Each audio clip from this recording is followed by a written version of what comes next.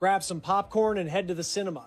Way back in late June, Kay Humphrey visited this specific Houston drive-in with her pal. Tell me, what stands out most to you about that particular afternoon? It remains burned into my mind quite clearly. I truly cannot grasp why locals who know something haven't stepped up to tell their story. 46 years have slipped away since Patricia Kay Humphrey vanished from that outdoor movie lot. A sinister vibe lingered there. The name Thunderbird Drive-In just kept surfacing over and over again in the investigation. Investigators admit they are working with nearly nothing. Her remains were eventually discovered in some brush half a year later. She suffered a violent assault and strangulation, just 15 years old at the time. Who committed this atrocity? That crime scarred the community forever. It was a total gut punch realizing such malice lived right next door. Every single one of us felt the shock. What really went down at the Thunderbird? It should have been a night of liberty for Kay and her sibling after mom allowed the outing. Who lurked in those dark corners? Who might have caught a glimpse of the predator? Who is still keeping secrets nearly 5 decades later? During her final moments, she surely prayed for a protector to appear. Vanished at the movies, this mystery remains cold. Warm summer evenings at the theater. For a teenager in the 1970s, that was the ultimate taste of independence and lighthearted fun. Cruising with your crew in the family ride as dusk fell. Maybe you were getting cozy with your sweetheart in the back seat. The drive-in offered a perfect getaway. Or so it seemed back then, sitting isolated under the night sky. But you never knew who was eyeing you from the shadows while you watched the film. That sweltering June evening, Deborah and Kay arrived. They pulled in, driving their mother's white Mercury Montego. That night marked the very first time their mom trusted them with the keys alone. Her only rules were simple: head straight to the show, return immediately after, and enjoy the night. It felt like a monumental privilege, though their mother had no clue that Eddie was actually behind the wheel. Classic teen behavior. Deb ignored the ground rules just like any 16-year-old would. Despite being close in age, Deb was the leader. Debbie took the lead as the elder child and basically dictated everything. I suppose that is just the standard big sister dynamic. Deb detoured immediately to grab her boyfriend, Eddie. Once he was on board, they swung by to get another buddy named Mike. Rhonda Pisatula recalls the scene vividly because the whole group pulled up to her place crammed into that white sedan. They shouted out, "Hey, coming to the drive-in? I told them I was down but had to clear it with my mother." My mom shut it down immediately. To put it mildly, she wasn't exactly a fan of those boys Mike and Eddie. She sensed they were bad news. That evening, the Thunderbird was showing a pair of Dustin Hoffman flicks. Lenny played first, then Midnight Cowboy. The teens stayed for both, hitting the snack bar between sets for treats and some smokes. According to what Deborah later mentioned to the cops, the vending machine was busted or missing their preferred brand. That prompted 15-year-old Kay to volunteer to trek to the convenience store just down the block. She walked off by herself. That one decision is the reason we are talking today. Sometime during that walk from the car to the concessions, tragedy struck.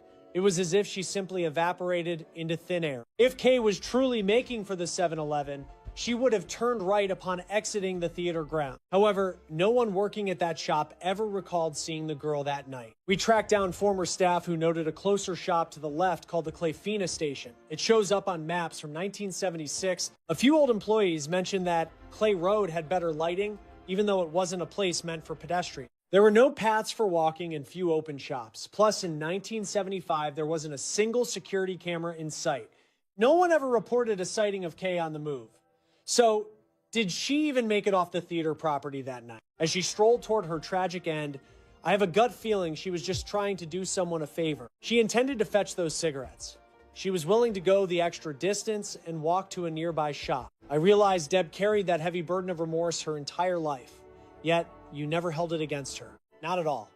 I made a conscious effort to never utter a word that could be interpreted as accusing her. The detectives basically told me there was nothing left to be done for my missing child. They warned me that I needed to focus all my energy on protecting the daughter I still had. Deborah headed back that evening with a sickening feeling in her gut. Her baby sister was nowhere to be found. Kay never returned for the final movie.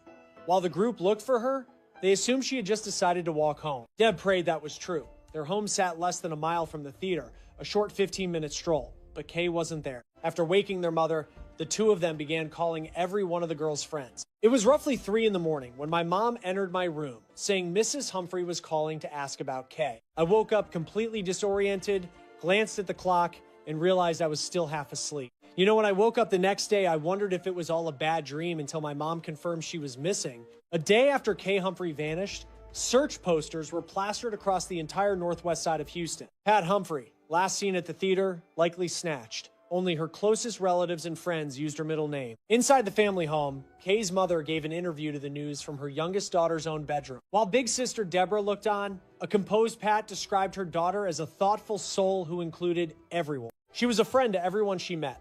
For instance, if she was attending a dance and spotted someone sitting alone who wasn't enjoying themselves, she'd make a point to introduce herself. She wanted to ensure they had fun too. Does that sound like a girl who would just run away? I am absolutely certain that my child would never have left home on her own. Kay was a reserved girl who didn't always share her thoughts out loud, preferring to write them down. A person's poetry often reveals their heart better than words. Right before vanishing, she penned a piece titled Free. The opening lines went like this: I have a wonderful home, a loving family, and great friends I see daily. That isn't the writing of a runaway. Kay was quiet, but she was constantly searching for her place in life. She had a witty side and would often trade barbs or argue with her sister about various things. She was quite headstrong, and though she expressed herself through poetry, she was just trying to find her independence. That was the final time I saw her, or perhaps I saw her around the halls at school. Russell Glass and Rhonda Pasuto spent a huge chunk of their childhood with the Humphrey sisters at their house. When Kay went missing, the authorities asked them for help, wanting to know when they had last seen her that night. They asked if she had said anything. I just remember the story being all over the evening news. I recall the massive searches and seeing her face on TV constantly. Back then, Houston was growing by leaps and bounds. The city was in the middle of a massive change, right around the time of the moon landing. The previous decade had been incredible for the city, ending with the successful return of the Apollo 14 crew. This all centered around the Space Center's lunar laboratory, as Houston helped put the first men on the moon. With the Astrodome as a major landmark, families moved here because the city was safe, cheap, and very relaxed. There was so much more freedom then. You have to remember that 18-year-olds could legally drink and drive. Drinking while driving was just a thing people did. I even remember getting pulled over by a cop once. He asked what I was drinking, and when I said Lone Star, he just told me it was a good beer. As kids, we were always outside riding bikes or playing nearby. We never even bothered to lock our cars. We didn't even lock our front doors back then. It felt safe until that house in Pasadena changed everything. It looked totally normal, but some of the people who went inside were only carried out in body bags. That carefree attitude vanished in the early 70s when over 24 young boys were tortured and murdered. The Candyman, Dean Corll, and his teenage helpers were behind what became the infamous Houston mass murders. The trail of burial sites reached deep into the East Texas woods. Things were taking a dark turn. Life didn't seem as bright as it used to be, and there was a massive outcry over the missing girl. I felt like the community would have done anything possible to find out what had happened to her. As the news spread, Johnny Humphrey received a call in California from his ex-wife about their daughter. Kay was gone, and since running away wasn't in her nature, he knew there was only one possibility: abduction. Johnny caught the first flight to Houston and spent that evening searching the area around the drive-in theater. He combed through every inch of Clay Road before the factories were built, finding only a single shoe. It might have been hers. The police took it for testing and finally returned a few days later. A day or two passed before they told us they had a profile of the person who likely took Kay. She likely recognized her attacker, or at least they attended the same high school. Some students definitely know the truth. Eventually, the silence should break once someone finally spills what they saw.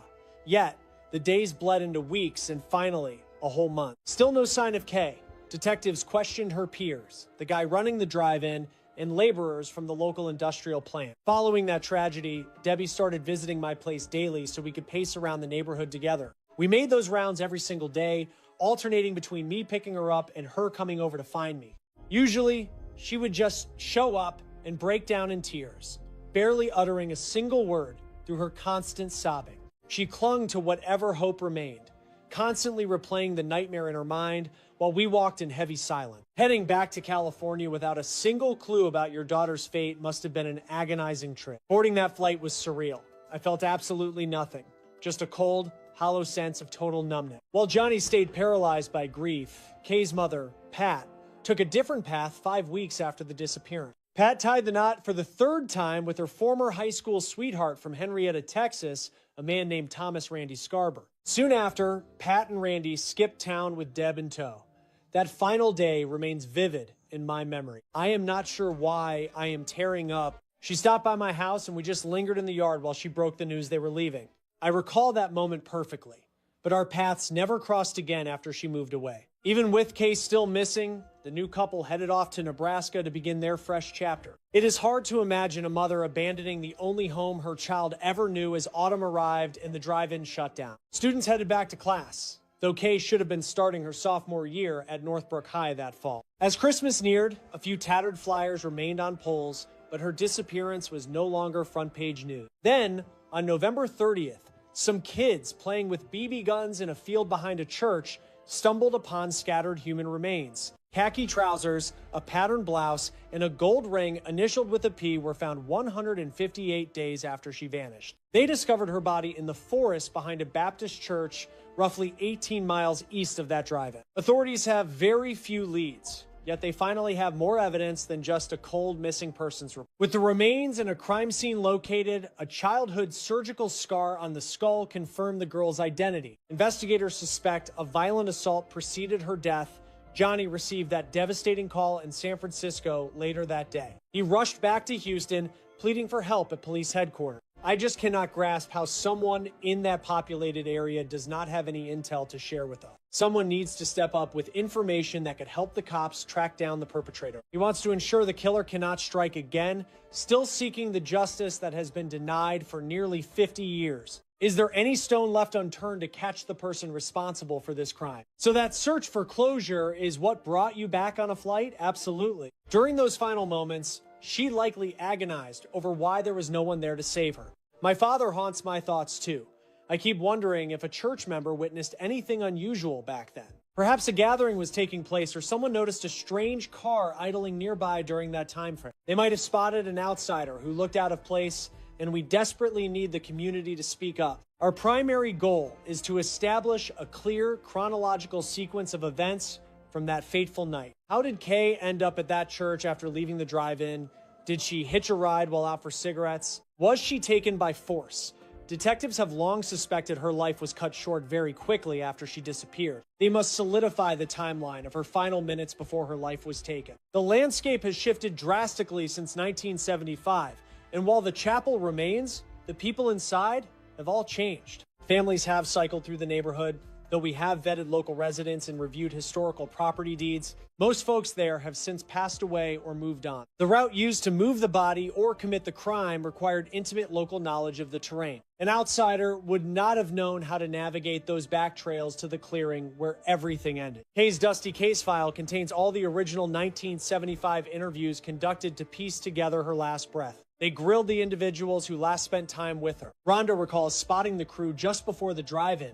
5 kids were packed into Kay's mother's white Mercury. She clearly remembers Eddie Garcia, Deb's guy, behind the wheel while Deb sat shot. Kay and Mike Hunter occupied the back seat beside a mystery girl whose features Rhonda can no longer recall. Detective Darkus Shorten notes the official records omit a 5th passenger, yet Rhonda remains adamant about that extra girl. Investigators wish they could revisit those interviews, but key figures like Eddie, Mike, and Deborah are now long gone. Cancer took Deb back in 2013, leaving her forever in the dark regarding her little sister's fate. Prior to her passing, Debbie reached out. It was our first contact in 35 years since she left town. We discussed the situation, and she told me, "Russell, I have finally found some inner peace." Both Kay's mother and her second husband have since departed this world as well. Their sudden departure before the body surfaced remains a mystery. Russell managed to speak with Pat shortly before she died. I eventually asked Mrs. Humphrey if she still held out hope for an arrest. She responded that it was all in the Lord's hands, saying she could discuss it without the old pain. Hearing her say that felt like a weight lifted, yet justice still relies on those harboring long-held secrets. Folks out there definitely heard the whispers regarding that night. Detective Darkus Shorten is banking on it. Perhaps she reached out to someone, arranging a secret pickup over at the concession stand. We need answers. 46 years is an eternity to stay silent. So who will finally break? Her circle claims she slipped away from the vehicle briefly to grab something at the snack bar. She vanished into thin air, never returning to her friends. 5 decades ago, a journalist stood on this very spot. He was hunting for fresh clues after the body was discovered. The old snack bar sat right across the way. There were dual screens back then, but the Thunderbird was demolished years ago, leaving nothing behind. Industrial complexes have replaced the scenery, making it incredibly tough for the cops to reconstruct the crime scene. Piecing together that night in 1975 is hard after nearly 50 years of urban evolution. With Houston's massive growth, those quiet woods and empty fields have been swallowed by neighborhoods and schools. The sites where Kay vanished and was later found are unrecognizable compared to their 70s appearance. Law enforcement now leans on the memories of those who lived it. I am calling on Patricia's old friend. We need her old classmates and social circle to help the cold case unit understand her state of mind. Look, teenagers keep secrets. Maybe she had a guy her folks knew nothing about.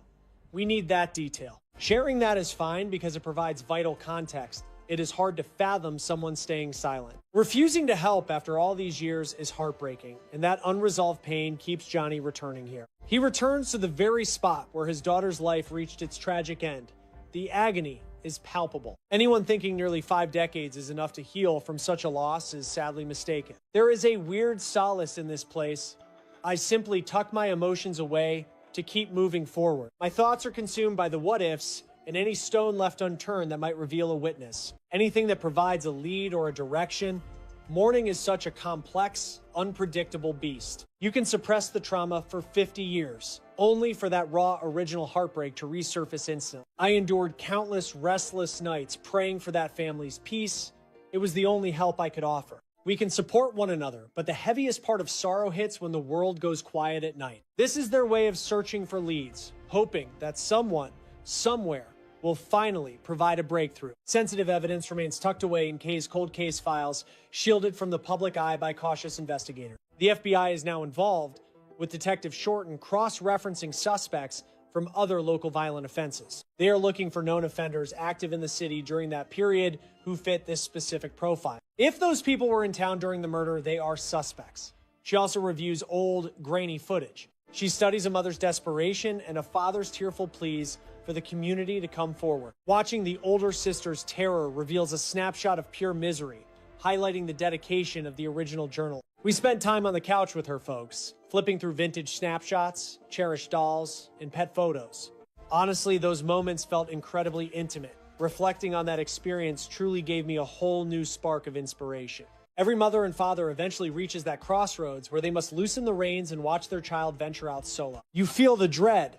Most kids return safely, but 15-year-old Patricia K. Humphrey never made it back. She headed to the outdoor cinema for a flick, but that night marked the final chapter, shattering her family's world. Yet, the narrative continues.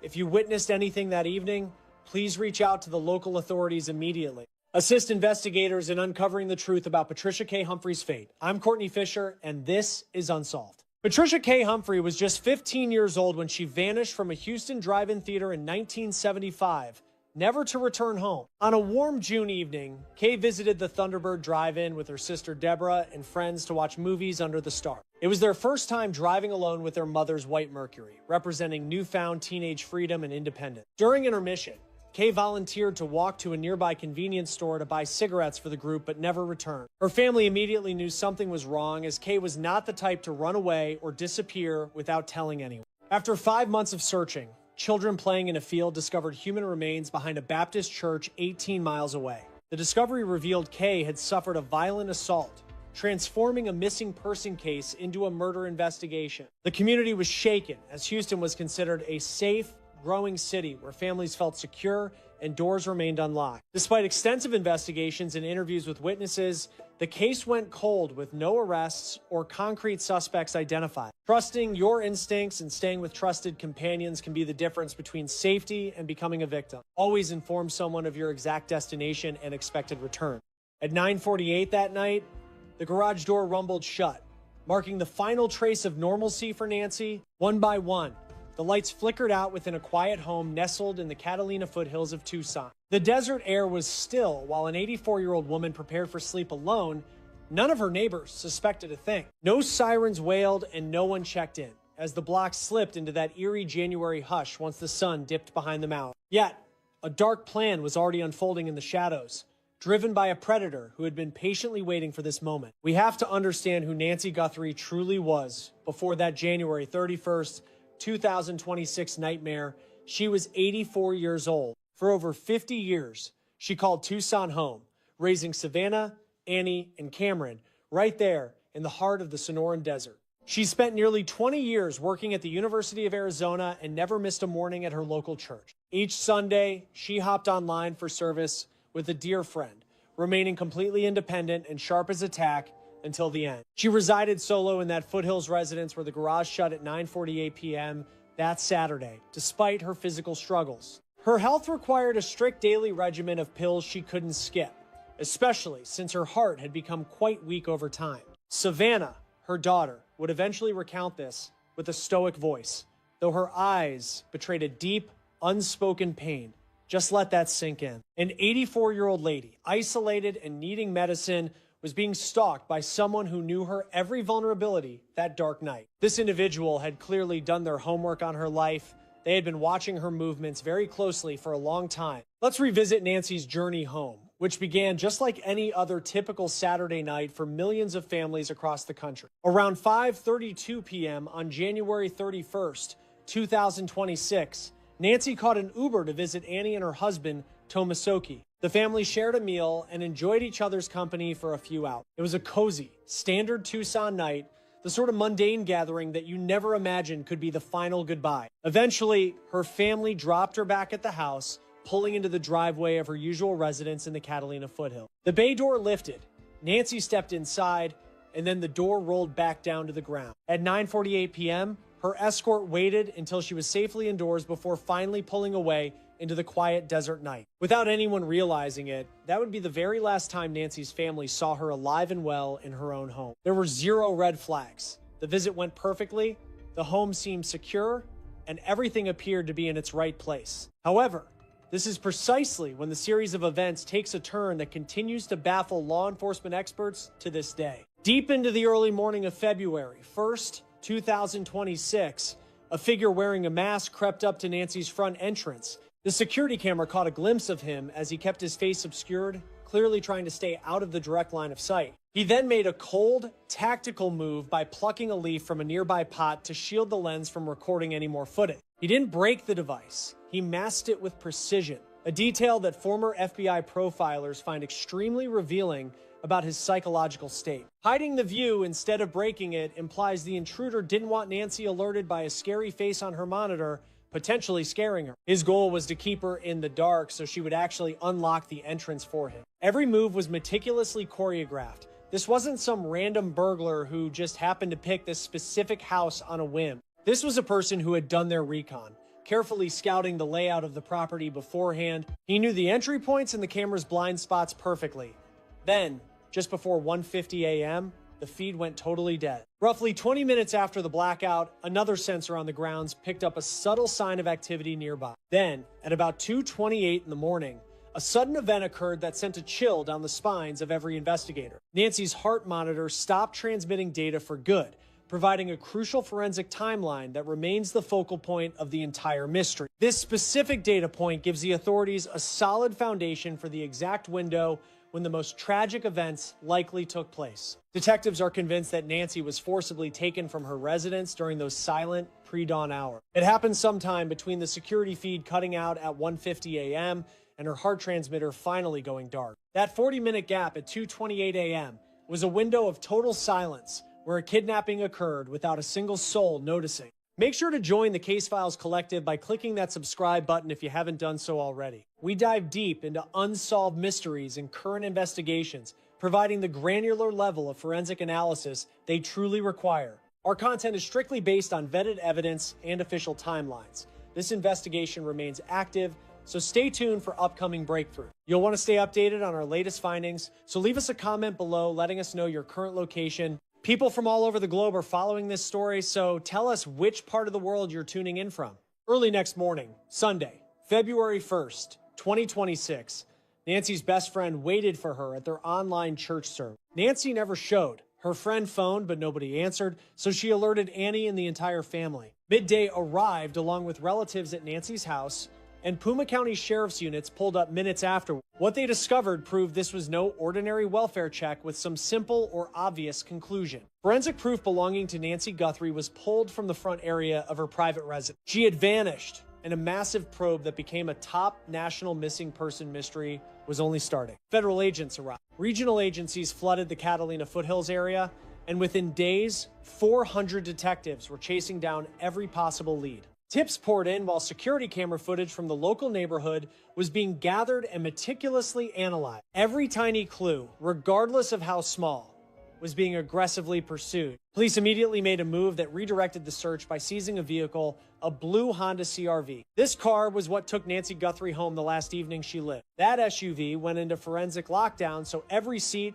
trunk, handle, and carpet could be tested for trace evidence. The driver's identity quickly became the most debated subject throughout the entire length of the investigation. Yet, what the FBI found inside, that vehicle and its impact on the probe, is a story that needs its own dedicated section. When forensic experts dismantle a car completely, they are hunting for more than just what is physically present. They search for what someone tried to hide, as those missing pieces look distinct under specialized lab light. Every probe has a turning point where focus moves from the scene to something that travels, like a vehicle. In the Nancy Guthrie mystery, that shift hit within 48 hours when police seized a car, acting with extreme urgency after she vanished. Pima County deputies towed that blue Honda CR-V directly from the driveway of Annie Guthrie's home. This was the car Tommaso Cioni drove to bring Nancy home on the night of January 31st. That vehicle entered the Catalina Foothills Drive at 9:48 p.m., waited for the door, then sped away. That car became evidence,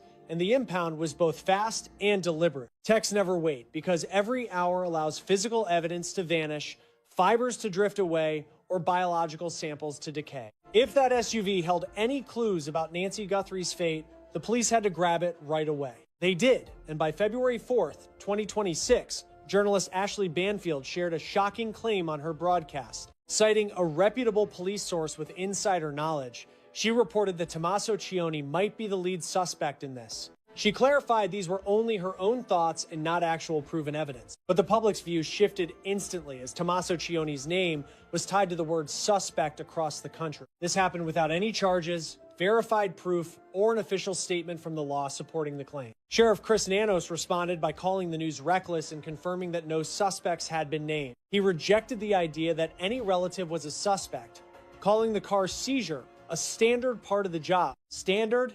Expected. This is what detectives do when a vehicle is linked to the last moments of a person who has gone missing. Yet standard police work often looks suspicious to an audience watching the drama unfold from their living rooms. A vehicle was taken by the law and kept hidden without any explanation. A reporter cited a source blaming the driver while the sheriff pushed back without clearing anyone yet. With Nancy still gone, one can see how the public would reach a very specific conclusion. The court of public opinion moves as fast as a viral headline rather than waiting for lab tests. During those early February days in 2026, that speed was working against Tommaso Cioni quite publicly. Then on February 16th, Sheriff Nanos gave a formal update that was both sharp and final. Every one of Nancy's immediate relatives and their partners had been officially ruled out as suspect. He did not hesitate, stating it plainly to stop weeks of intense rumors with a single line. The relatives were completely helpful and showed true class. Claiming anything else was inaccurate and frankly heartless, he noted, that remark was meant to silence any talk of them,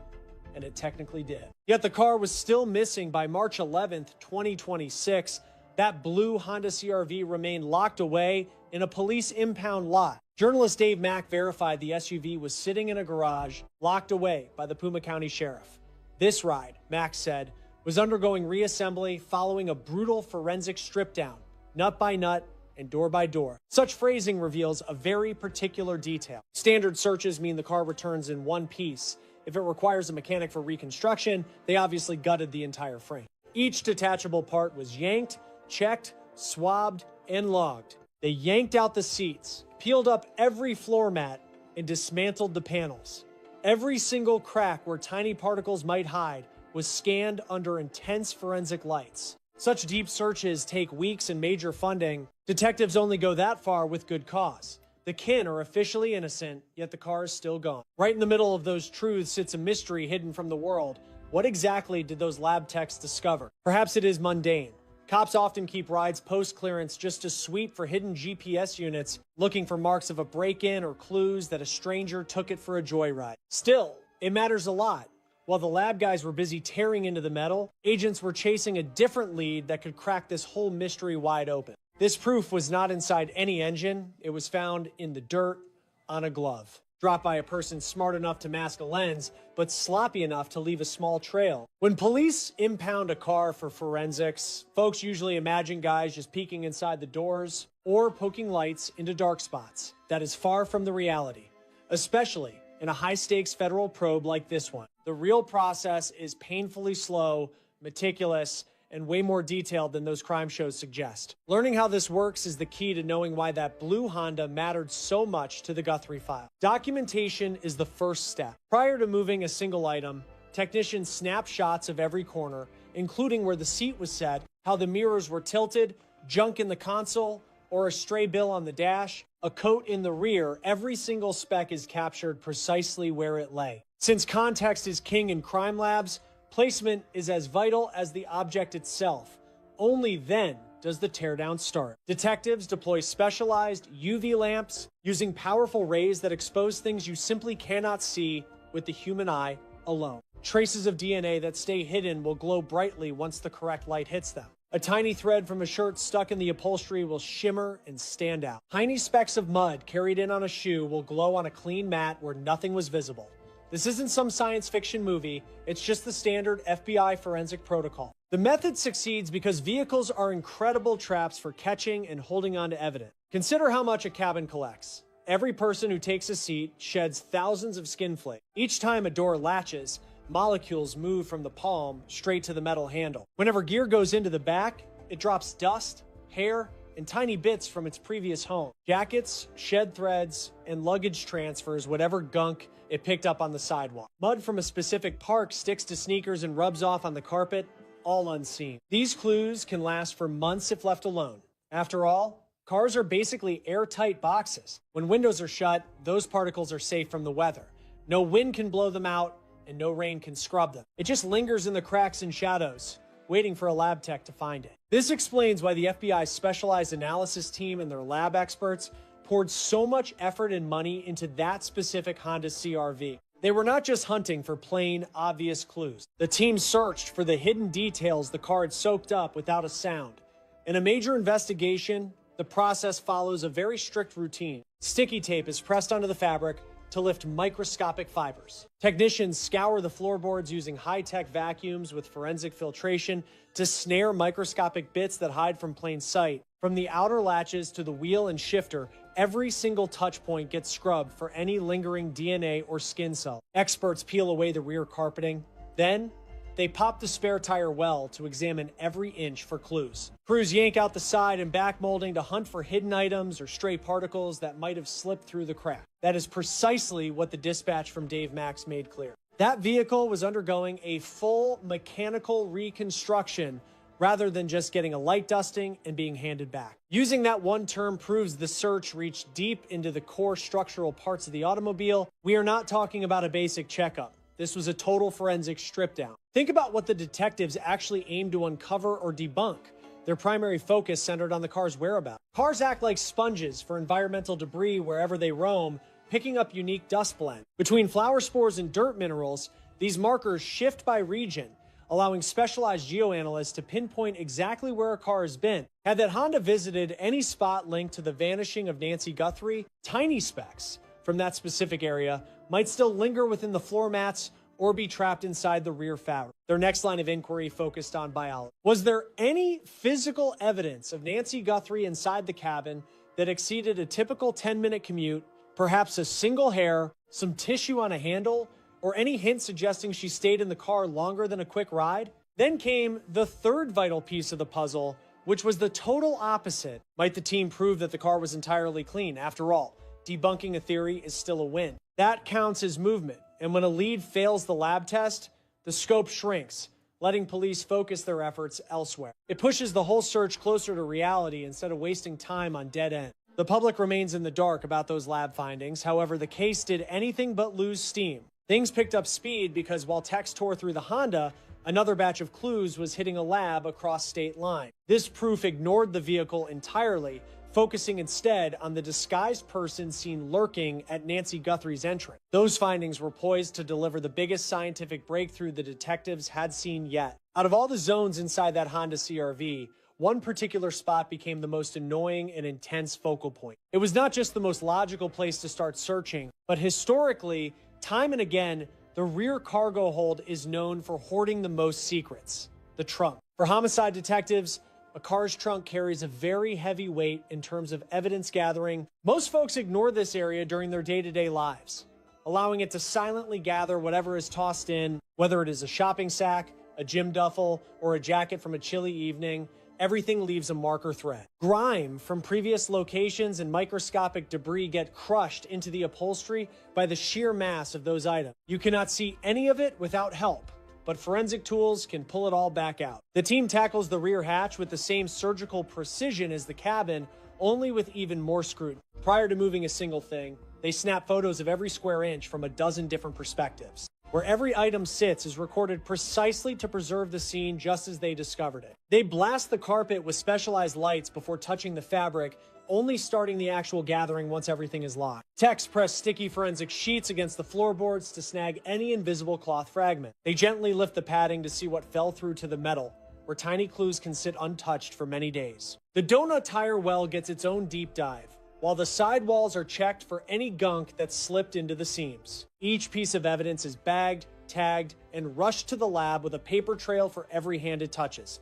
Why the police go to such lengths for a simple trunk search is actually quite simple. An item does not have to stay put for hours to leave something behind. A few seconds is plenty. A suitcase sitting for 10 minutes can shed materials from its outer shell. Even a shirt resting on the floor for a moment can transfer nearly invisible strands onto the car's fabric. Anything moved from one place to another will drag along microscopic bits from where it started. Dirt samples, bits of plants, and factory soot often give crime labs a trail leading straight to a specific spot.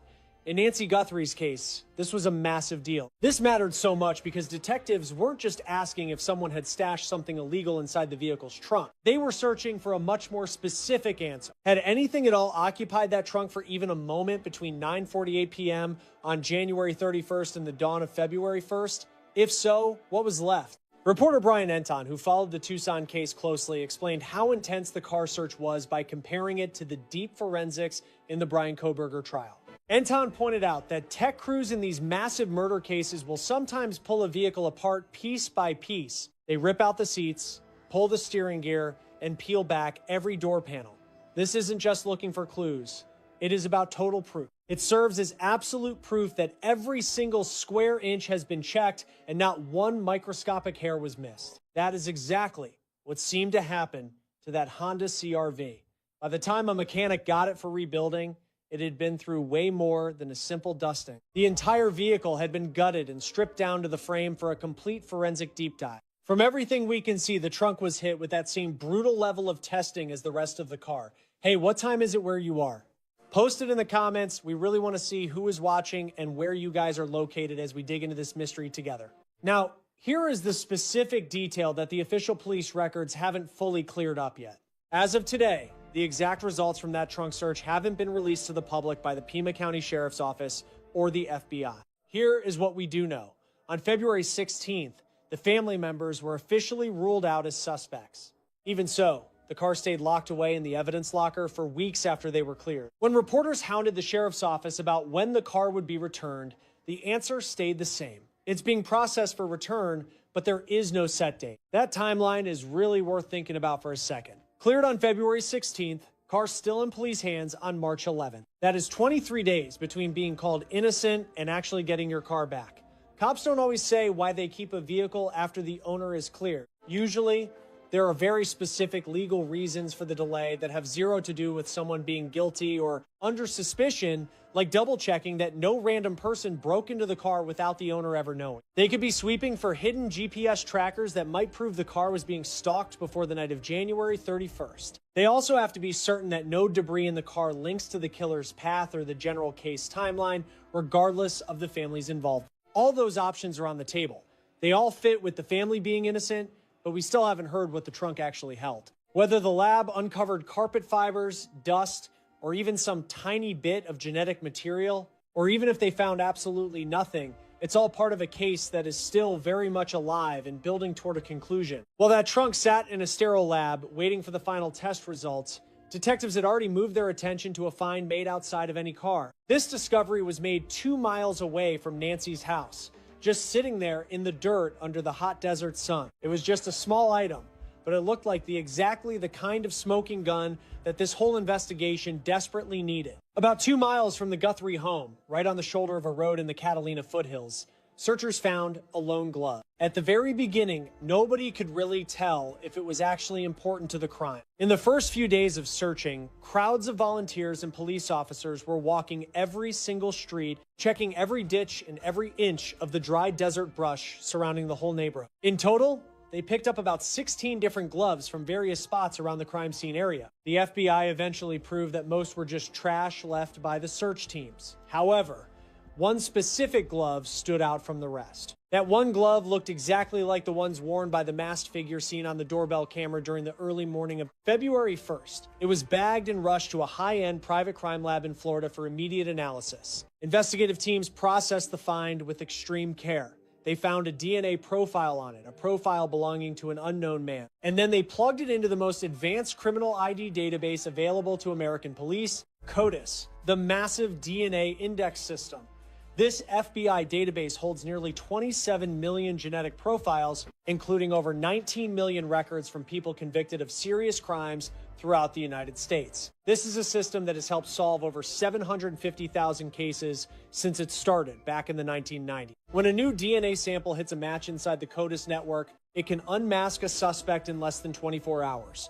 On February 17, 2026, Sheriff Chris Nanos met the press with some bad news. There was no hit. The DNA found on that desert glove didn't match a single person in the entire national database. The sample failed to trigger any hits within the nationwide database of known criminals. It also didn't align with any genetic evidence collected from Nancy Guthrie's actual residence. It didn't link to the family's social circle, yet the profile was a viable, solid match for an unknown man. It also failed to match anyone in the nation's massive criminal DNA bank, a fact that is quite telling for the team. This suggests the individual who left that trace has likely never been booked for a major crime anywhere in the country. They have no felony records and no previous DNA entries in the federal identification system. This is not a person with a criminal history that officers can simply look up on a computer. By all official law enforcement standards, this individual has remained completely off the radar until this moment. Sheriff Nanos didn't view this as a dead end, carefully choosing how he described the situation to the public. He noted the glove was 2 miles away,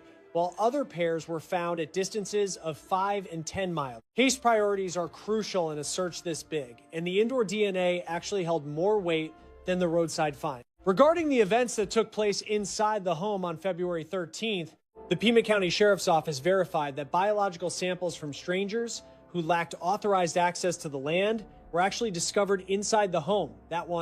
This discovery shifted the focus of the genetic hunt from the discarded glove to the evidence found inside the residence. A glove found 2 miles out requires a leap of logic to link to a suspect, whereas indoor DNA is direct. However, this was precisely where the team hit a very complex technical wall. Insiders told the news that the DNA found in the house was what forensic experts call a low-level sample, not missing or totally unusable, but it was degraded or small enough that pulling a clean profile from it was far from an easy task. One contact was very blunt: there simply wasn't enough material to provide a result with any immediate certainty. Another source confirmed that faint samples can be boosted with high-tech lab work, but that process takes weeks or months. The Pima County Sheriff's Office stated that their Florida laboratory is still working to analyze the biological samples. They have not yet reached a verdict on whether a full, usable genetic profile can even be created. This is where the field of investigative genetic genealogy comes into play. It is the very same method that caught the Golden State Killer after 4 decades of investigation, the same tool used to build the case against Bryan Kohberger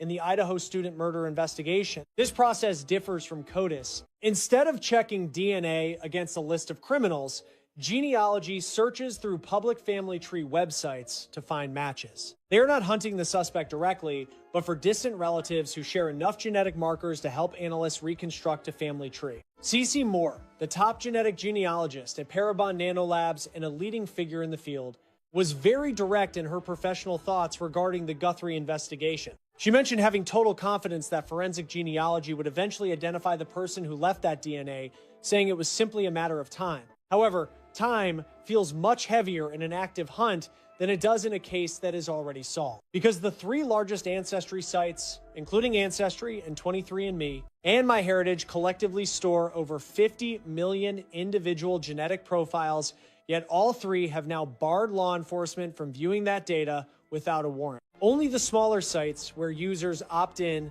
holding under 2 million profiles, are currently open to the police. The suspect might be in those massive databases and could be found, but the doors to that data remain firmly closed. So the DNA that could identify the person who snatched Nancy Guthrie remains in a laboratory out in Florida, being meticulously analyzed marker by marker while detectives pursue every other lead they have in the meantime. One lead surfaced not through science, but in the mail.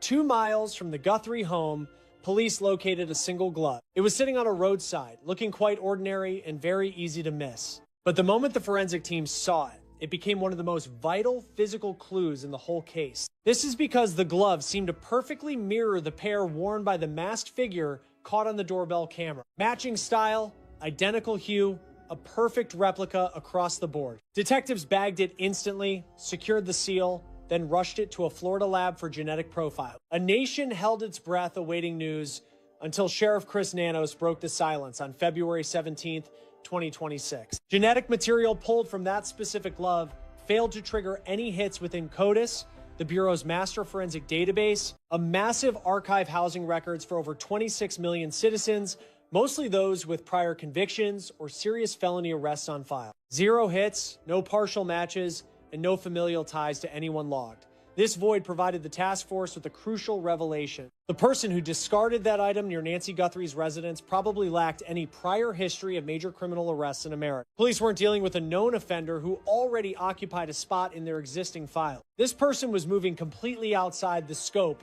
of federal tracking system. A ghost who, prior to February 1st, 2026, had never left a digital or biological trace with the authorities.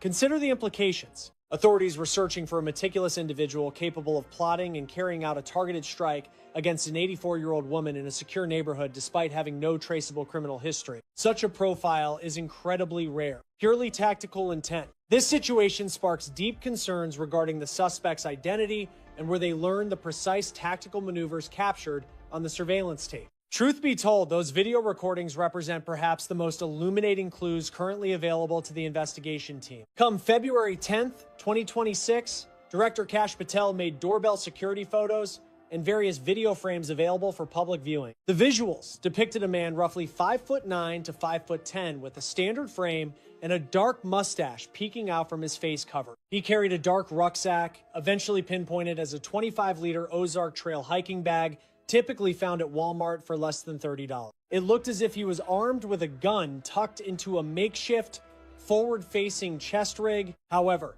his calm demeanor in front of the lens captivated profilers and experts the most.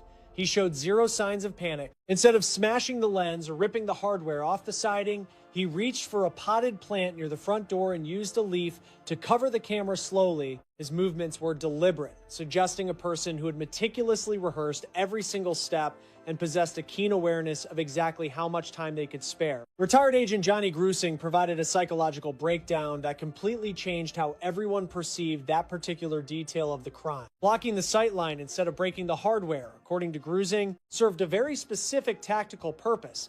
Had Nancy checked her screen and spotted a masked intruder, she surely would have stayed inside. Yet a blacked out display is vague. It could easily be a simple technical glitch, or maybe just some debris hitting the lens. It doesn't scream threat the way a killer's face would. The perpetrator was well aware of that psychological trick. He masked the optics to ensure Nancy would likely answer the door, completely oblivious to the danger waiting on the other side. That kind of cold calculation isn't accidental. It's the result of rigorous practice and thorough preparation. Furthermore, Sheriff Chris Nanos announced that Nancy Guthrie's residence was specifically chosen. This wasn't some haphazard crime of opportunity in a quiet suburb. The perpetrator had handpicked this location and carefully scouted the perimeter. This leads the task force back to the core mystery that has haunted the investigation since day one. How did the suspect obtain Nancy Guthrie's address, her daily routine, and the specific architectural details of her private residence. A series of web queries made just before she vanished has emerged as a likely lead for the authorities. Detectives discovered that someone looked up Nancy's location along with Savannah Guthrie's annual earnings, a find that perfectly aligns with the subsequent extortion note. This electronic path confirms the victim was chosen with great care. It was a hit based on intel. A predator sat at a computer, found an elderly woman's home, identified her famous child, and crunched the number. Then, a major twist completely redirected the forensic hunt. Once the tests on the glove failed to produce a database hit, the team quickly shifted to a more advanced investigative method, forensic genetic genealogy, the very same breakthrough that finally unmasked the Golden State Killer after decades of traditional police work went nowhere. It is the identical strategy that has successfully resolved countless unsolved murders nationwide. CeCe Moore, the lead expert at Parabon Nanolabs and a pioneer in this scientific domain, announced her absolute certainty that this method would unmask the suspect. She was clear. Success was simply inevitable. Then, an unexpected twist derailed everything. The piece of clothing that had sparked such high hopes suddenly became a liability. The Florida sample, the perfect DNA match, the one everyone had been anticipating for weeks. It actually belonged to a local kitchen worker from a diner just across from where they found that glove. Totally unrelated to the investigation. Not a person of interest. Just a fluke of being at the wrong spot. The actual perpetrator's glove was still missing, and the smoking gun evidence wasn't sitting in a field 2 miles from the home. It was right inside. As forensics scrubbed the scene and the car, the search for Nancy Guthrie took a shocking, unforeseen detour. It turned into a kidnapping for money. On Monday, February 2nd, 2026, right after she vanished, letters started showing up. Not to cops or family, but to news outlets. One hit TMZ. 2 local television stations in Tucson got their own versions as well. Those messages demanded $6 million in Bitcoin sent to a very specific digital wallet link. They set a hard cutoff for 5 o'clock p.m. on February 9th. The author swore Nancy would be home within 12 hours of the transfer. Profilers for the police spotted a major clue in how they picked their targets. Picking Tucson TV stations means you know exactly which local channels carry weight in town. That level of insight into local media, the detectives deduced, implied the author had a real history or deep roots within the Tucson city limit. TMZ reported that sources believe the current theory points to a local resident, a neighbor or someone with local ties, not a stranger from far away. The letters also included facts that hadn't been leaked yet, pinpointing internal details about how the estate was run, mentioning a backyard security light that was tampered with, plus Apple Watch data only a true insider would possess. That level of precision separated these threats from the usual trolls who flock to major missing persons cases. This wasn't guesswork, this was hard proof. Savannah Guthrie made a public statement on February 5th. She put out a video with her siblings, talking straight to the person who had taken their mom. She sounded steady and calm. She confirmed the family would pay. She just needed proof she was alive. She begged for a direct line. She told the camera, "We know mom is still out there." The February 9th deadline came and went.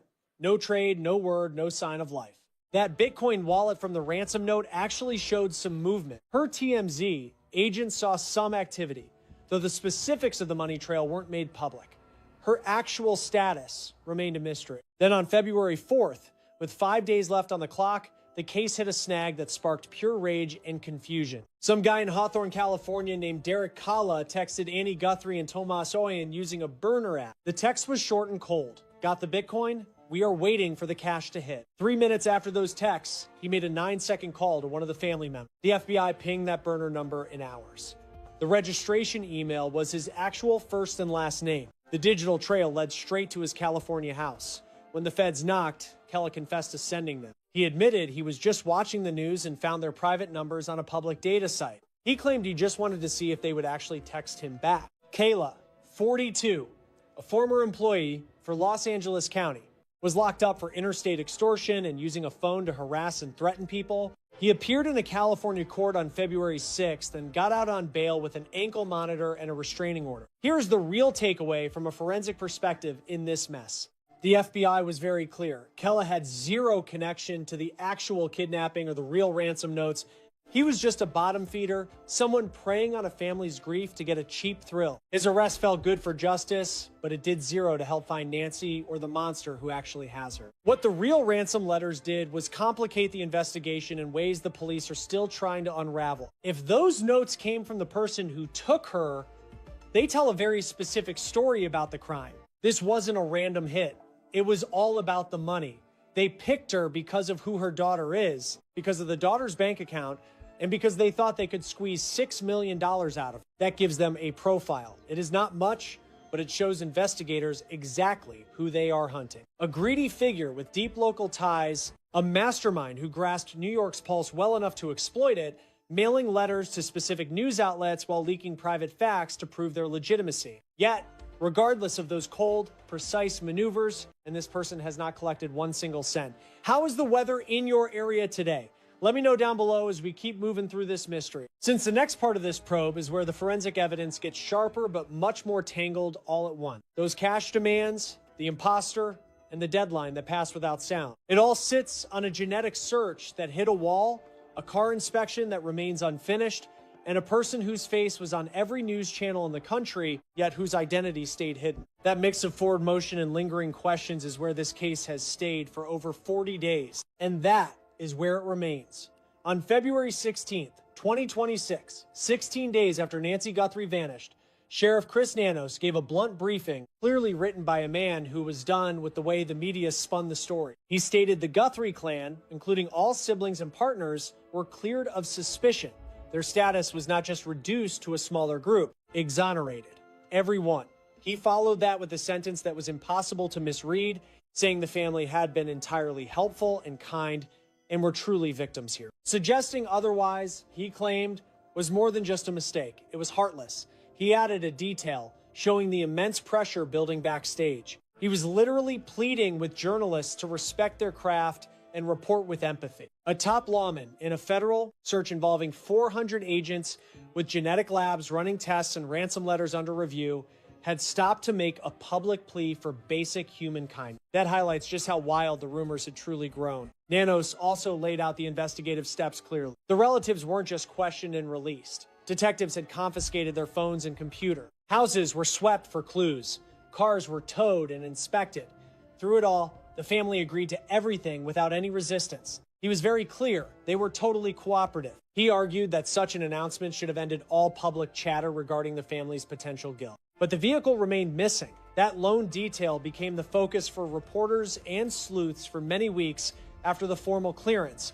The relatives are off the hook. The car is not back. Both facts existed at once, and that gap demanded a reason the police hadn't shared. By March 11th, 2026, 23 days after the family was officially cleared, that blue Honda CR-V stayed with the Pima County Sheriff, not in a lab, but at a garage where it was being put back together. News reporter Dave Mack verified this on the Crime Stories podcast on March 10th, explaining the SUV was still held by authorities rather than being returned to the Guthrie house and was being rebuilt by a mechanic after a thorough search for evidence. When the media hounded the department for a return date, the feedback was predictably fuzzy. The office admitted they were working on returning the car, though they wouldn't commit to a certain date for the handover. Saying something is in progress isn't what you hear when a probe is finished. It's the language used when things remain unsettled. Crime journalist Brian Enton chased this, contacting the sheriff's office many times for a straight answer. The reply he got never changed.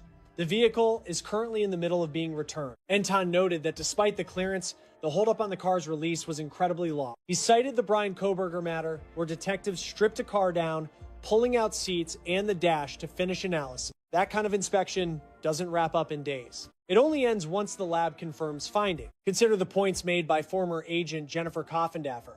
A car usually goes home to its owner the moment the police are done gathering all the proof. If a vehicle and its owners are no longer suspects, the handover is normally quite simple. This massive delay, Coffindaffer observed, points toward one of two different scenarios. Forensics might still be analyzing the data from that vehicle. Those results must be compared against all the other clues found throughout the investigation. Perhaps something discovered in the cabin needs more explanation before detectives can officially move on. None of these scenarios point to family involvement, according to the sheriff's explicit statement. While the status remains cleared, These facts prove the vehicle is still a vital piece of the puzzle. There is a subtle layer to this story that often goes overlooked. The Honda was not the only ride seized. Detectives also hauled away Nancy's personal Subaru from her own driveway the very day they arrived on site. That specific car has barely made a blip in the media headlines lately. However, its seizure proves that the forensic team was not zeroing in on any one particular person. They were conducting an exhaustive review of every engine associated with Nancy's final hours and her property. A low-flying chopper using a specialized scanner to pick up signals from her heart device failed to find anything. Federal investigators hit the pavement, visiting dozens of local firearm shops around Tucson right after she vanished. Regional retailers were grilled about that specific Ozark Trail pack and the mask caught on the doorbell feed. Both items seemed like typical stock from major big box stores like Walmart, showing that no stone was left unturned. The car was just one component, yet people fixated on it since it was Nancy's last known location before 9:48 p.m. Whatever secrets it held, be it microscopic particles or an empty trail, remains a mystery for now. Whether it is clean or currently under a microscope, that vehicle still has a story to tell. 41 days in, Sheriff Chris Nanos spoke with national media and dropped a bombshell that stunned the public. Authorities believe they have a lead on the motive and suspect it was premeditated, though certainty is not total. Let that sink in. The top official leading one of the most high-profile missing persons cases in the country. This man oversees 400 detectives and labs in several states while managing 40,000 incoming tips. He sat there on camera and admitted he likely knows the why behind the whole ordeal. Yet, he is keeping those details close to his chest because he is not quite ready to bet the farm on it. That revelation indicates two things. Real progress is happening, and the trail is heating up. But it also highlights that the most critical mysteries surrounding the disappearance are far from solved. Phil Ramos, a retired detective with 30 years of experience in Las Vegas, gave his take on that admission. Ramos noted that grasping the motive is always a massive breakthrough for any homicide team. However, its value is tied directly to how it links up with the actual opportunity to commit the act. A reason for a crime without a suspect or a weapon is just a theory. It points a finger but lacks a hand. It does not provide the who, which keeps this 41-day-old case stuck in a state of limbo. One path suggests a calculated, money-driven hit by an outsider with local ties and technical skills. Practically every scrap of physical proof seems to lean toward this organized theory. They chose to hide the doorbell camera with leaves instead of smashing it, and they brought a specific bag. That makeshift holster and the online searches for addresses and high-profile salaries suggest a planned strike. The ransom demands went to local news stations and contained private details that only an insider would know. All signs point to a culprit who mapped out a target and moved with a precision that rules out a random act. Tracy Walder, a former intelligence officer and federal agent, weighed in with an even sharper perspective. She argued that this was never just a home invasion that went sideways in the heat of the moment. In her experience, typical burglars do not kidnap people because it creates too much heat and slows them down. Based on the footage and physical clues, Walter sees something much more personal at play here. She suspects the perpetrator is fueled by a deep-seated fixation or a specific grudge against Savannah Guthrie. Going after an elderly woman living alone in an easily located house perfectly aligns with that criminal profile. On March 12th, the sheriff mentioned that they are investigating if a signal jammer was used during the abduction. There is a gap in the data when systems went dark, and they are checking if that was a deliberate tactical move. Tampering was found on a power box nearby, and while it is not a smoking gun yet, it is definitely under review. That specific clue provides another piece to the puzzle that detectives are currently piecing together. If the network outage was planned, if someone blocked the signal nearby before entering the grounds, it implies the technical preparation involved was far more advanced than the door camera clips first suggested. Consider the second front where this probe is active. Genetic traces found within Nancy's home, mixed biological samples from the site are being analyzed. The national database showed no hits for the profile. DNA family tracking is in progress. CC Moore's crew at Parabon Nanolabs feels certain this method will lead to a suspect's identity, but eventually isn't today. Federal sources describe the genetic data as just an incomplete sequence, not enough on its own for a database match or the full tracer. Which theory do you favor? Leave a comment down below. Idea A, a lone wolf driven by money and fixated on her, acting with little help. Idea B, a complex plot using private info about her routine that public records couldn't show. Share your own thoughts. Both ideas. Share this.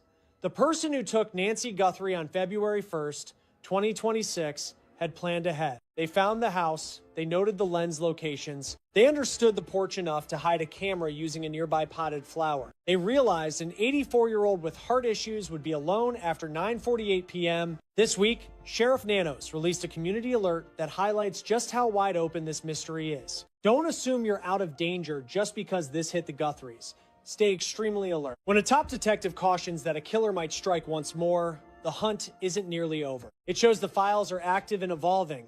We are searching for that one elusive solution. March 14th, 2026, 42 days since Nancy Guthrie vanished. Today, Sheriff Chris Nanos spoke on the NBC Today show. The public and the relatives both tuned in, and the man leading this massive search gave an update that felt like a mix of hope and mystery. The gap is closing, he stated. The probe continues, yet Nancy Guthrie is still missing.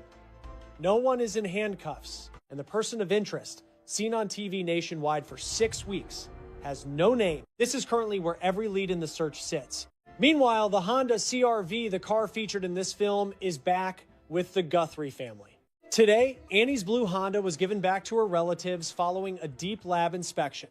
Returning it doesn't imply the car's role in the science of this case is over. Detectives believe they finished gathering evidence from it, such as fibers and environmental dust, which is now part of an active file being reviewed with other clues. That vehicle gave its story. For now, only the lab techs and the cops know the detail. DNA analysis is the most complex and vital part of the work that Nanos confirmed this week that the mixed samples from inside Nancy's home might contain DNA from multiple people, and experts say pulling one clear profile from a mix is one of the hardest tasks in forensic science. That labor continues daily. The current profile hasn't matched any records, so they are trying family tracking methods. This path takes many months, though it has cracked cold cases that lasted for many years, so the team is sticking with it. A car seen on camera 2 miles away at 2:36 a.m., matching the time her heart monitor stopped, is still a total mystery. Detectives confirm their awareness of it and are currently busy trying to identify the car among the thousands recorded in that area that night. Authorities have officially suspended the use of human remains detection canines, though Sheriff Nanos noted their future availability remains open. Current field operations are essentially benched. This pivot signals a transition from massive ground sweeps toward a refined focus on cataloging specific physical clues and data. Counsel Peter Christensen highlighted this shift to Newsweek, noting the probe's evolution into a meticulous, lab-based review of gathered evidence. The circle is shrinking, yet the final capture remains elusive. A comprehensive 41-page strategy was pitched to the sheriff by the United Cajun Navy in late February. They proposed deploying specialized tracking teams and high-tech aerial scouts across the rugged Catalina foothills. Thus far, Nanos has declined the assist, worried that outside involvement might jeopardize the integrity of the active criminal case. That stance sparked pushback from law enforcement experts who believe bolstering manpower in such harsh environments is objectively beneficial. The Guthrie estate is offering a $1 million bounty for any tip that leads directly to Nancy's safe return. Reach the Federal Tip Center at 1-800-CALL-FBI. Dial 5-203-5149 for local authorities. Over 40,000 leads have poured in. Investigators are vetting every single lead. Savannah Guthrie took leave from her television role following her mother's disappearance. She visited her workplace briefly this week, seeking comfort from her peers rather than returning to her desk. Her presence served as a tribute to their support, providing a necessary anchor as she navigates this ongoing personal nightmare. She shared on social media, "The outpouring of support from Tucson and across the nation is felt deeply. Please continue your prayers and hold on to hope alongside us. Just bring her home." Those words encapsulate the entire tragedy. 41 days have passed. One unidentified hooded figure remains a ghost in the national crime databases. One vehicle was swept and cleared. A single fragmented DNA sample sits within a laboratory for processing. A ransom window expired without a sound. A grieving family gathers at a growing mountain of flowers and mementos left by a supportive city since February. An 84-year-old grandmother shared a meal with her loved ones on January 31st. After driving her blue Honda home, the garage door shut behind her at 9:48 p.m., and she was never seen again. This investigation hasn't frozen, nor is it stuck. Detectives are now engaged in the painstaking, systematic work required when initial leads dry up and the heavy lifting falls to forensic experts. This work happens behind closed doors, away from the media's glare. It is the essential process for building a rock-solid prosecution. If you possess any details regarding Nancy Guthrie, contact the FBI. Phone the sheriff's office immediately. If you have followed this journey with us from day one, we appreciate you. Subscribe to this channel, post your thoughts, and circulate this report to keep Nancy's story in the public eye. Visibility is our greatest tool, making it nearly impossible for the person behind this to remain in the shadows. Nancy Guthrie deserves a homecoming. We are not giving up on her. 4 children, 4 unsolved mysteries spanning decades, and a flood of newly unsealed government records that may be the closest thing to truth we have ever seen. JonBenét Ramsey was 6 years old when she was killed inside her Boulder, Colorado home on the night of Christmas 1996. Her murder has never been solved. Madeleine McCann was 3 years old when she vanished from a vacation apartment in Praia da Luz, Portugal in May 2007. She has never been found. Kyron Horman was 7 when he disappeared from his Portland, Oregon elementary school in June 2010. Haley Cummings was 5 when she vanished from her Florida home in February 2009. On January 30th, 2026, federal authorities released the largest and final wave of classified records tied to the Jeffrey Epstein investigation. Millions of documents, testimonies, and sealed message logs. As investigators and the public combed through those files, the names of missing children surfaced alongside references to a global exploitation network, igniting a wave of theories that spread rapidly online. Cross-referencing those court records against these 4 disappearances revealed something sobering. The most compelling so-called evidence turned out to reflect our collective fears far more than documented fact. A deeper review of the original case files exposed something equally disturbing, not a hidden conspiracy, but a series of critical failures in the first 48 hours of each investigation. In Boulder, the crime scene was never properly secured. In Portugal, crucial hours were lost to jurisdictional conflict. In Oregon and Florida, domestic suspicion and poor coordination derailed detective work before it could gain traction. When investigations fail in the first 48 hours, truth gets buried and conspiracy fills the silence where facts should have stood. If you have any information about the disappearances of JonBenét Ramsey, Madeleine McCann, Kyron Horman, or Holly Cummings, contact the FBI at 1-800-CALL-FBI or submit a tip at tips.fbi.gov. Child safety begins in our own communities. If you witness signs of abuse, exploitation, or a child in danger, report it immediately. The Child Help National Child Abuse Hotline is available 24 hours a day at 1-800-422-4453. The National Center for Missing and Exploited Children maintains active files on all 4 of these cases. Submit tips or access resources at missingkids.org or by calling 1-800-843-5678. Spreading unverified theories about missing children can derail real investigations and cause additional harm to grieving families. Before sharing information, verify the source and ask honestly whether it helps or hinders law enforcement. The Epstein document release marked a significant step toward accountability for the victims of that network. Survivors and advocacy organizations continue pushing for full transparency and prosecution of everyone connected. Organizations like RAINN, the National Center for Missing and Exploited Children, and Thorn are working to combat child exploitation with real data and real tools. Supporting their work is one of the most direct actions anyone can take. Decades of public attention on these 4 cases have produced genuine leads alongside enormous amounts of damaging noise. The challenge now is separating the two with discipline, care, and respect for the children at the center. As one investigator who spent weeks inside those documents concluded, our supposed hard proof often reflects our deepest paranoias. Real perpetrators in child cases are frequently not powerful strangers, but people already known to the child. The unsealed records did not close these cases, but they reminded us of something essential. JonBenét, Madeleine, Kyron, and Holly each had a life, a family, and a future that was taken from them. 4 families have carried unimaginable grief for decades. Justice for these children begins not with conspiracy, but with the discipline to pursue uncomfortable, ordinary truths and the courage to never stop looking. Previously, I detailed numerous suspicious links involving Tommaso Cioni, specifically that 4-hour gap of time, his odd porch conduct, those night trial gloves, the legal documents signed 8 months before his mother-in-law went missing, plus the 5 times federal agents raided his residence. That upload really gained massive traction while highlighting a specific mystery I kept hidden until now.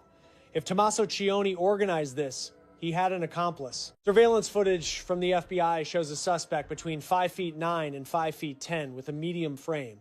Tommaso is much taller. He simply is not that person. This remains the glaring flaw in my previous claims. which I ignored since I was still digging through official documentation. I have since scoured Pima County judicial files along with various real estate records, old archives, and social accounts going back to 2007. One specific individual constantly appears right alongside Tommaso Cioni. He is someone with several felony priors involving breaking and entering, armed robbery, and financial fraud. This local resident lives just moments from where Nancy Guthrie resided, fitting the exact physical profile released by the authority. Today, we focus on Dominic Aaron Lee Evans. His ties to this mystery are far more intense than reported elsewhere. Everything began with a basic classified post. Back in April of 2007, 3 Tucson locals connected via very ordinary methods. A drummer named Dominic Evans met the guitarist Walter the First Navas Jr. through a simple Craigslist advertisement. Tommaso Cioni, an Italian immigrant who arrived from Tuscany just 12 months prior, answered a Tucson weekly listing. Together, they started an indie post-punk group called Early Black. Their sound mixed grunge with shoegaze, the type of music that haunts dive bars in college neighborhoods without ever reaching the charts. Dominic played the drums while Tommaso sang and handled bass. Gonalves was their lead guitarist and backup vocalist. They finished an album at Loveland Studios and debuted it in 2010, earning some local praise. The trio performed across Tucson, Phoenix, and Flagstaff. While they had regional fans, fame eluded them. Curiously, they titled their first record, Life, Love, Love, Murder.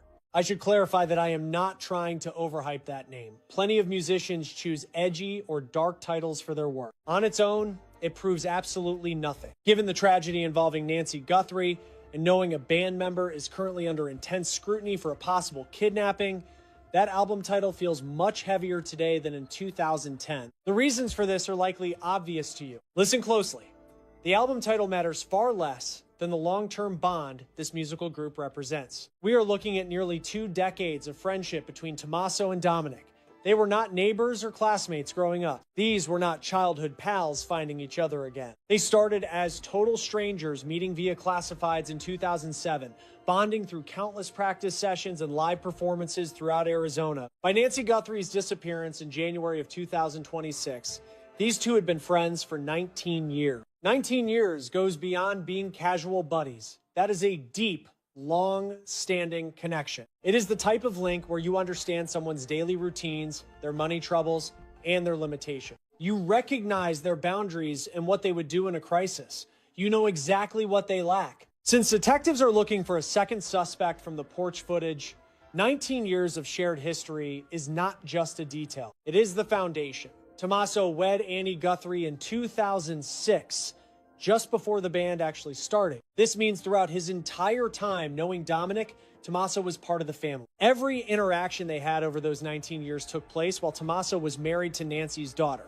Dominic was well aware of his relatives. He surely knew the entire family. He likely knew Savannah and that specific house located in the Catalina foothills area. This was not about stalking, but simply the natural result of being best friends for almost 2 full decades. Their world becomes your world too. Please comment your thoughts below, because the upcoming evidence is more detailed than anything currently available.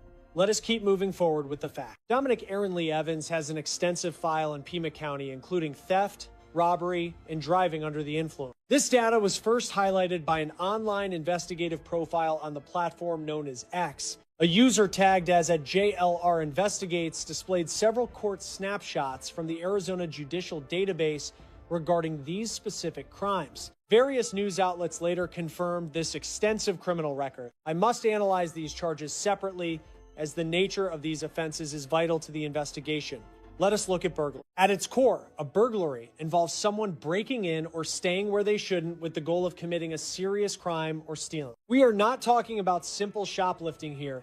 This is the act of invading a private space, like a family home or a residence. This specific legal description aligns perfectly with the events that took place at the home of Nancy Guthrie on February 1st. An individual forced their way into her house that night with the clear objective of carrying out a violent robbery. The main thing that separates robbery from a standard theft is the use of physical power or the threat of harm against someone. It is a bold, face-to-face offense that demands a certain comfort with intimidation and a readiness to use brute force. The person who breached Nancy Guthrie's security that evening was looking for much more than just a few valuable items. They kidnapped an 84-year-old woman with a heart condition and physical hurdles, which points to a very dark psychological state. It takes a specific type of person to be willing to get physical and completely dominate another human being like that. Typical people lack that ruthless edge, but someone with a history of robbery has already proven they have crossed that line. While theft and embezzlement are financial misdeeds, they generally point to a habit of sneaky behavior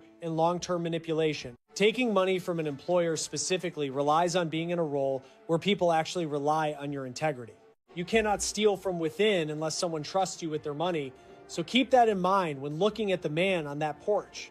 Imagine a stranger who decides to invade a private residence in the middle of the night. This individual grabbed a vulnerable senior and dragged her out while wearing a mask and cheap clothes, showing experience but a lack of polish. That description certainly does not sound like a veteran science teacher who spends his time looking at reptiles and cooking pasta. However, it describes a convict with a background in burglary and violent robbery with startling, almost eerie accuracy. Previously, I suggested that this operation involved a two-man team consisting of a mastermind architect and a boots-on-the-ground operative. The architect handles the scouting. They know the security, the victim's schedule, and exactly where the money is hidden. The operative is the one who actually carries out the heavy lifting, standing on that porch and doing the dirty work. The masked figure handles the physical danger while the architect provides all the necessary inside information to get the job done. If we assume Tommaso Cian is the brains behind the operation, we have to look for the muscle. Who in his circle has the rap sheet, the strength, and the cold nerves to be the operative? Dominic Evans fits that bill perfectly. Then, of course, we have to talk about that driving under the influence charge. While a DUI might seem minor compared to the rest, it reveals a massive amount about a person's willingness to take risks. Someone who drives while wasted is fine with endangering innocent people for their own ease, showing that they ignore the threat of consequence. In the world of profiling, people with DUIs are statistically far more likely to engage in other dangerous, impulsive behaviors. The specific crime itself isn't the point here. It's about how that choice exposes their total disregard for the law, especially when looking at how accomplices are chosen. In my previous video, I speculated on who Tommaso would call to do his dirty work, and the answer isn't some random guy or a movie hitman. He would turn to someone he already knows well, someone who is fully aware of the high stakes involved. He needs a person who has already proven they will ignore social and legal boundaries and has experience breaking into places. Every single crime committed leaves a person with a specific set of skills that they can use in the future. Burglary is a masterclass in learning how to navigate a stranger's house silently without waking up the people sleeping inside. It teaches you how to bypass locks, handle doors, and stay quiet enough to hear your own heartbeat in the dark. Robbery, on the other hand, is about mastering the art of controlling a high-stress situation through sheer intimidation and presence. These are practical, hands-on abilities that you don't just learn from a book. They are forged through actual experience. These instincts get baked into your muscle memory, much like how a musician can play a song they haven't practiced in decades. The FBI laid out exactly what the person on that porch did. They moved in the shadows, knew the cameras, and cut the feed. They breached the home, confronted an 84-year-old woman, and forcibly took her away from the safety of her house. They managed to slip away without alerting any neighbors, ditched the evidence, and then effectively vanished into thin air. That is the work of a seasoned criminal, not someone trying their hand at a felony for the first time. Invading, confronting, and abducting. Those are the specific actions that define this case. And those exact actions have appeared before in Pima County court records linked directly to Dominic Aaron Lee Evans. At this point, no official authorities have pegged Dominic Evans as a person of interest. Federal agents have officially kept him separate from this case. Local law enforcement hasn't uttered his name once. My findings come purely from general archives, the internet's paper trail, and what anyone can verify. To be clear, I'm not claiming Dominic Evans had a hand in Nancy Guthrie's vanishing. I'm just illustrating why folks are suddenly giving him a hard look. The feds say the guy caught on Nancy Guthrie's porch camera is a man roughly 5'9" to 5'10", with a standard frame, sporting some facial hair poking through his mask, like a goatee or a mustache, and lugging a 25-liter Ozark trail hiker rucksack. He also rocked what looked like a concealed carry belt holster for a pistol, strapped the wrong way over a bulky coat. Jim Clemente, a former high-ranking Fed and behavioral analyst, told news outlets he spotted what looks like a distinct mark, maybe some ink, clearly visible on the right arm of the guy in the security clips. Clemente suggested that if it's indeed a tattoo, it's a game changer for narrowing down the pool of suspects for both the police and the general public. Once the Bureau dropped those photos in the profile, internet sleuths wasted no time matching those physical traits to the people hanging around Tommaso Cioni. All eyes landed on Dominic Evans. Several social media users pointed out that Evans is fit and has a dark goatee that matches the profile perfectly. The resemblance between Dominic's features and the masked man is striking. Others dug through Early Black's old gig videos and stage clips and caught a glimpse of what looks like ink on Evans's arm. Look, I have to be real about the flaws in this kind of detective work. Trying to match grainy doorbell footage to professional headshots or casual photos is a gamble. You've got bad light, weird angles, pixelation, and that mask hiding everything. Those variables mean we can't identify him for sure using just these public clips. I'm not standing here trying to convince you that the guy at the door is definitely Dominic Evans based on 2 photos. That's just bad reporting. Here is what we do know. The physical stats provided by the Fed certainly don't rule Dominic Evans out of the equation. Standing 5'9" to 5'10" fits him well. That average build label fits him just as well. His facial hair matches up, and that potential wrist ink, if it's real, would really shrink the list of suspects. Now, Jim Clemente isn't some random guy guessing in his basement. He's a veteran profiler who spent his whole life vetting this exact type of evidence. When he points out a tattoo as a key lead, he's basically confirming the feds are already digging into that detail and comparing it to known associates. Plus, there is one specific detail from the FBI's report that's been lost in all the noise about tattoos and faces. The height, 5'9" to 5'10". Last time, I showed how Tommaso Cioni looks way taller than that based on several public photos. A bunch of news researchers looked at shots of Tommaso standing with others and concluded he's significantly taller than the Bureau's suspect description. That was the main hole in the theory I laid out earlier. If Tommaso is too lanky to be our guy on the porch, then the whole Tommaso theory falls apart. Unless, of course, there were 2 of them. It works if the guy at the door isn't the one who masterminded the whole thing. And the theory holds if the guy at the door is 5'9", has a fit frame, sports a dark goatee, maybe has ink on his arm, and a rap sheet that includes a felony break-in. That height difference doesn't kill the Tommaso theory.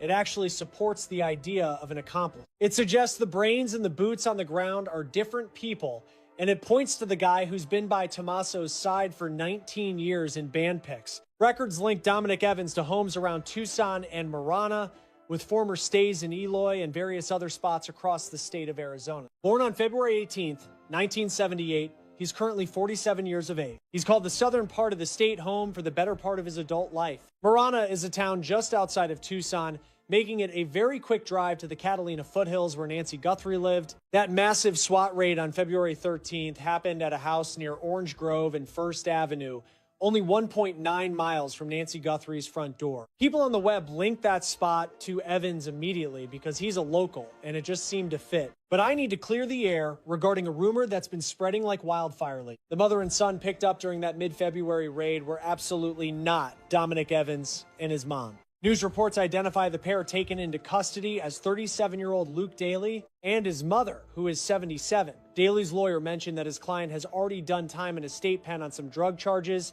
Authorities clarified that neither Daly nor his mother face charges, and they share no ties with Nancy Guthrie. Another person, Carlos Palos, who works as a food delivery driver, was taken in for questioning, then let go once police realized he was irrelevant.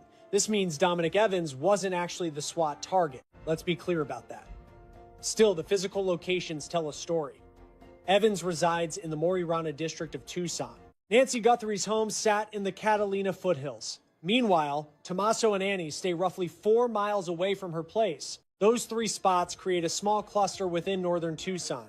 When plotting something that demands an intimate understanding of someone's block, late-night access, and a rapid path for a clean getaway, being based in this zone isn't just handy, it's essential. One more spatial factor needs a closer look. Rumors suggest Evans is tied to land in Rio Rico, Arizona. That's a rustic town 60 miles south of Tucson and 16 miles from Mexico. The area is secluded. With hardly any residents, it is the perfect spot for things to vanish without anyone noticing. Mexican officials informed Fox News that there's no proof Nancy Guthrie crossed over. Security Secretary Omar Garcia Haru confirmed this publicly. However, Rio Rico sits so close to the line, And if Evans is linked to that land, it creates a lot of theories about how a kidnapper might smuggle someone out of town. I'm not claiming she was definitely brought to Rio Rico or taken abroad.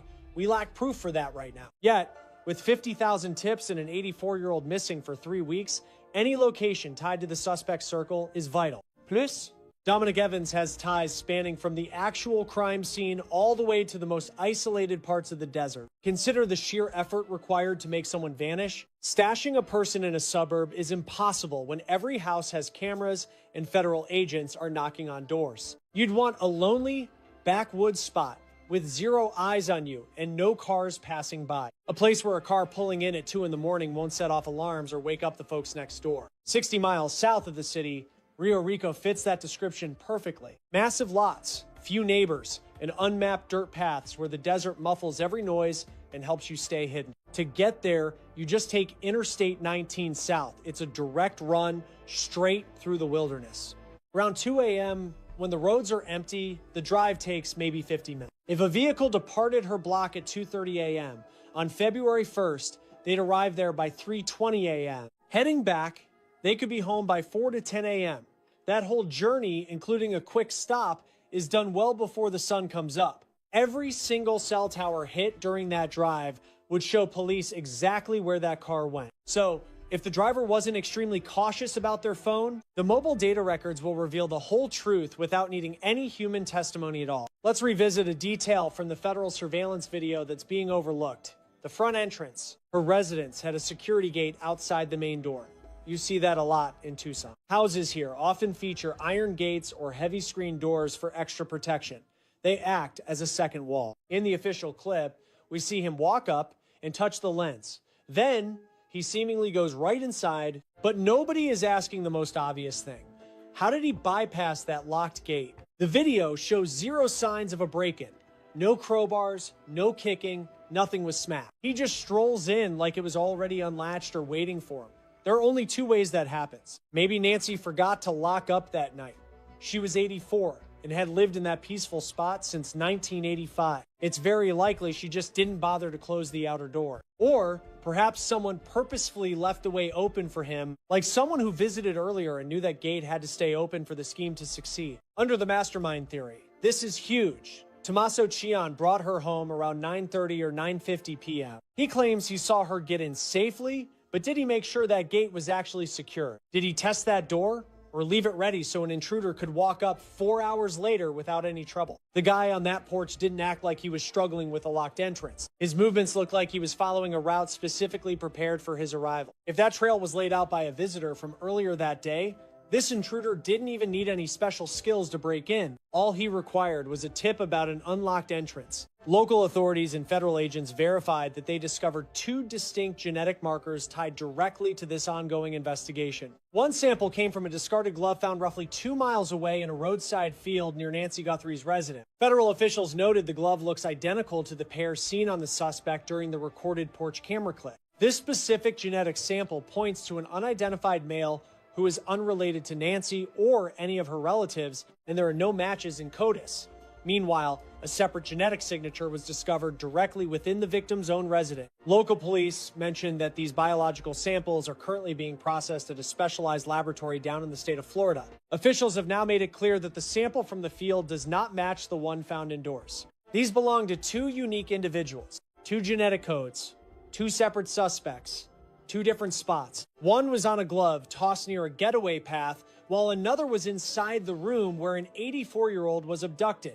This isn't just a guess about a second participant. This is hard scientific proof that 2 distinct people left their genetic fingerprints behind at this specific crime scene. Ex-FBI expert Chip Massey explained that having a partner in crime completely shifts the trajectory of the search, noting that a kidnapper requires extra hands to manage a captive while ensuring her physical well-being and help with the complex task of hiding someone. Consequently, agents are turning to forensic genealogy. This mirrors the breakthrough methods used to capture both the Golden State Killer and suspect Bryan Kohberger. Even if the perpetrator never shared their data, a distant relative likely did. Therefore, mapping out family trees from public databases allows investigators to find a match. Detectives can zero in on a suspect by tracing through their extended family network. While the work is slow, It has cracked cold cases that sat dormant for over 30 years. This dual correlation is absolutely catastrophic for the culprits because a single sample would allow for a much simpler legal defense. One lone wolf acting by himself, one person, one profile, one act. But having two profiles means double the names to track and two separate family trees to investigate via 23andMe or Ancestry. The probability that neither individual has any kin in a database falls drastically with every single branch added to the tree.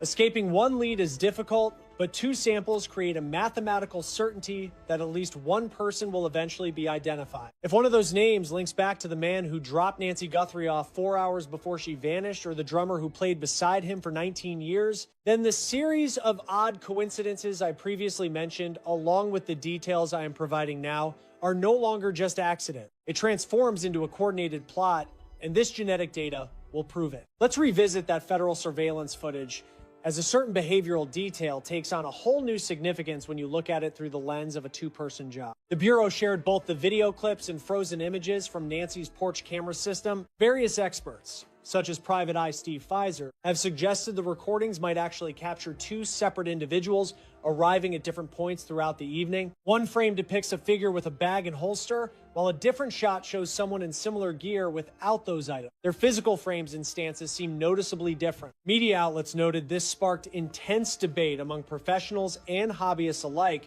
regarding a potential second person on the scene. If this theory holds and the video caught two separate people on that porch at different times, then the DNA findings have literal visual backing. It indicates the abduction wasn't the work of one man taking several runs. It was carried out by a pair of people working in perfect sync. One individual likely handled the surveillance and perimeter security, while the other was tasked with entering the residence to physically remove Nancy. Consider the sheer difficulty of kidnapping an 84-year-old with a heart device and mobility issues in the dead of night. You can't just rush her.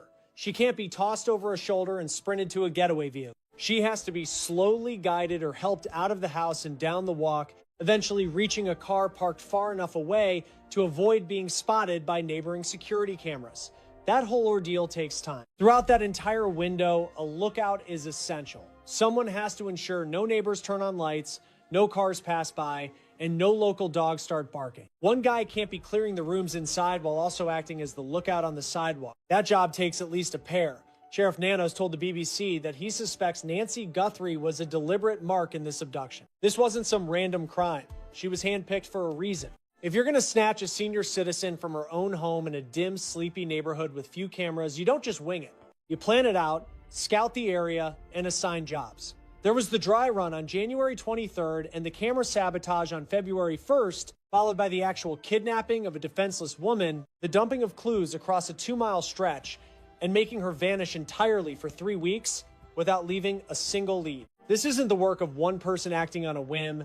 This is precisely why Dominic Evans's background is so important here. It's not about his physical appearance, but his specific talents. A guy with burglary priors knows exactly how to infiltrate a house. Someone who has been busted for robbery understands how to corner and intimidate another human being. A man who has lived in Tucson for decades knows every back road, every hidden corner, and every possible escape path. And being close friends with Tommaso Cian for 19 years means he knows the family inside and out. Plus, if your DNA is already in the Arizona criminal database, you'd have a massive reason to wear nitro gloves and a mask during a crime. On February 9th, Brian Anton from News Nation broke the story that Tommaso Cian hadn't been spotted in public for nearly an entire week. Anton noted on the Megyn Kelly show that Cian was easy to identify with that thick beard, yet he'd vanished from his home since early February. A guy just goes dark, right in the middle of the most high-profile investigation in the entire country. His own mother-in-law is missing, and the feds are basically living in his front yard. News crews are camped outside his door 24/7,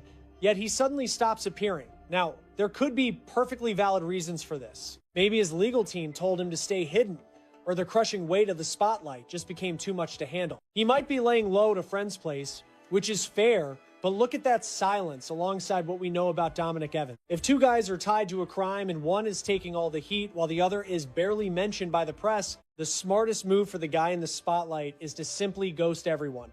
Not run away, not flee. Just stop being a target for questions and stop providing new information. Stop giving reporters B-roll to analyze an expert's material to pick apart.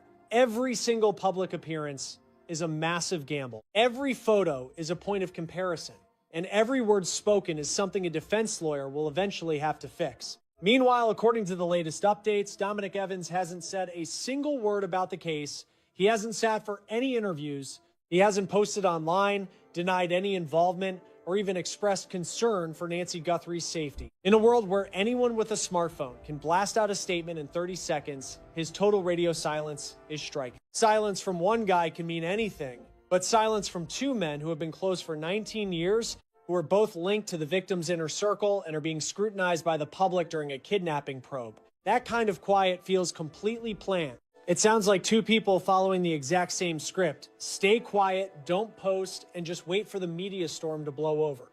While hoping the forensics come back clean, as of today, Nancy Guthrie has been missing for 23 days. The search has moved into what authorities call the phase of old-fashioned, grinding detective work. The Pima County Sheriff's Office has fielded over 55,000 calls since February 1st, and the FBI has logged 21,000 tips. 400 investigators are on the job, and the reward for her location or an arrest has hit $200,000 after a private gift. Detectives are now coordinating with Walmart to track down whoever bought that specific Ozark trail pack carried by the suspect. Sheriff Nanos called this a major breakthrough in the current investigation, explaining that they've confirmed this particular model of backpack is sold only through Walmart and are now checking regional sales from the last 30 to 60 days to see if they can identify the buyers.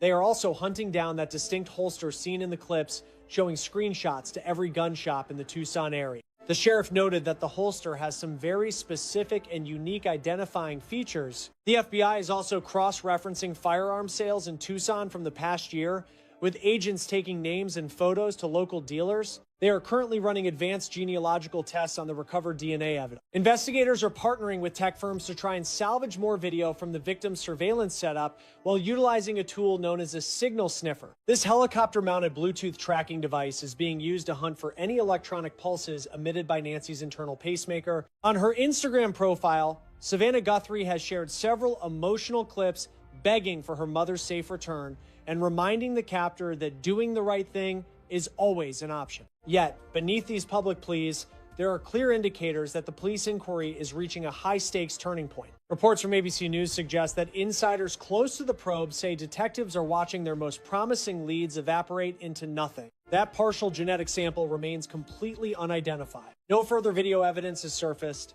and no specific vehicle has been tied to the moment of the abduction. Sources informed ABC News that police believe the search will eventually pivot to a long-term strategy managed by a smaller, specialized task force. This is the critical time frame. The coming 2 or 3 weeks will decide if this mystery is unraveled fast or turns into a multi-year saga. The DNA heritage data is the vital link. Former federal agent Jason Pack broke down the mechanics. A commercial laboratory finalizes the genetic sequences before handing those profiles over to the local sheriff. Once the Bureau logs that information into CODIS, they will have a definitive answer regarding a potential hit almost immediately. Should the national database fail to provide a match, investigators will turn to public ancestry records to hunt for family trees and distant relatives. These genetic branches eventually lead to a specific name. As I noted previously, the January 23rd backwards walker video gives police a second date to analyze for mistakes. That logic carries even more weight when you look at the possibility of a multi-person operation. In the event that two individuals collaborated on this crime, the cellular connection records become twice as significant for the detective. Agents aren't just hunting for a single device present on both January 23rd and February 1st, they are scanning for a pair of phones. They want two handsets that stayed close together during both incidents, likely following the exact same path at the exact same hour. They are tracing two specific gadgets that pinged off the same network towers in a chronological sequence. While the prowler on January 23rd might have been alone, the partner in crime hypothesis suggests both parties could have participated in that practice session. Perhaps one person practiced the physical approach while the other kept watch from a vehicle staged just down the street. They were likely timing the community's reaction, measuring the gap between a motion sensor alert and the sound of a neighbor's dog barking. A thorough walkthrough evaluates more than just the primary actor. It tests the reliability of the entire criminal production. Here is the catch for the perpetrators. It is easy to fake an alibi for the night of February 1st because you knew exactly what was about to happen. You prepare by ditching your phone, using a borrowed ride, and essentially becoming a digital ghost for the evening. However, January 23rd was intended to stay off the radar. Nobody was supposed to notice that strange man walking backward on camera. The dog was not supposed to make noise, and the resident was never expected to share those recordings with the public. Thinking they were safe on January 23rd, the culprits likely left their guards down and kept their personal phones active in their pocket. They probably utilized their own vehicles and allowed their devices to ping every cell tower along their travel route. That treasure trove of data is sitting right now in the servers of every mobile provider serving the northern Tucson region. If federal agents pull tower records from January 23rd and cross-reference them with February 1st, finding 2 devices present during both windows. These gadgets link to a pair of people with an established and documented social connection. Residents of the same neighborhood with a 19-year history that doesn't just provide a lead, it effectively ends the search. Since the start, several ransom-style notes have reached the press, with TMZ getting an initial message on February 1st and 2nd, seeking millions in Bitcoin. That specific message actually included a digital wallet address for the requested transfer. Another message arrived soon after, followed by a third and then a fourth contact. A fourth email from February 16th claimed the sender witnessed something 5 days earlier south of the border, but was warned to remain silent. The author alleged they recognized the culprit as Nancy. Experts like former profiler Jim Clemente and specialist David Levan have since reviewed these notes. Levan pointed out that the writer refused to accept the first $50,000 in payment until a suspect was actually in handcuffs, after which they would require the Bureau to transfer the other $50,000 to finish the transaction. The author stated they were taking a huge risk for both their personal safety and the chance to remain a free person. Levan believes this phrasing implies the sender is standing close to the fire, potentially fearing their own criminal liability in the matter. That specific metaphor really resonates.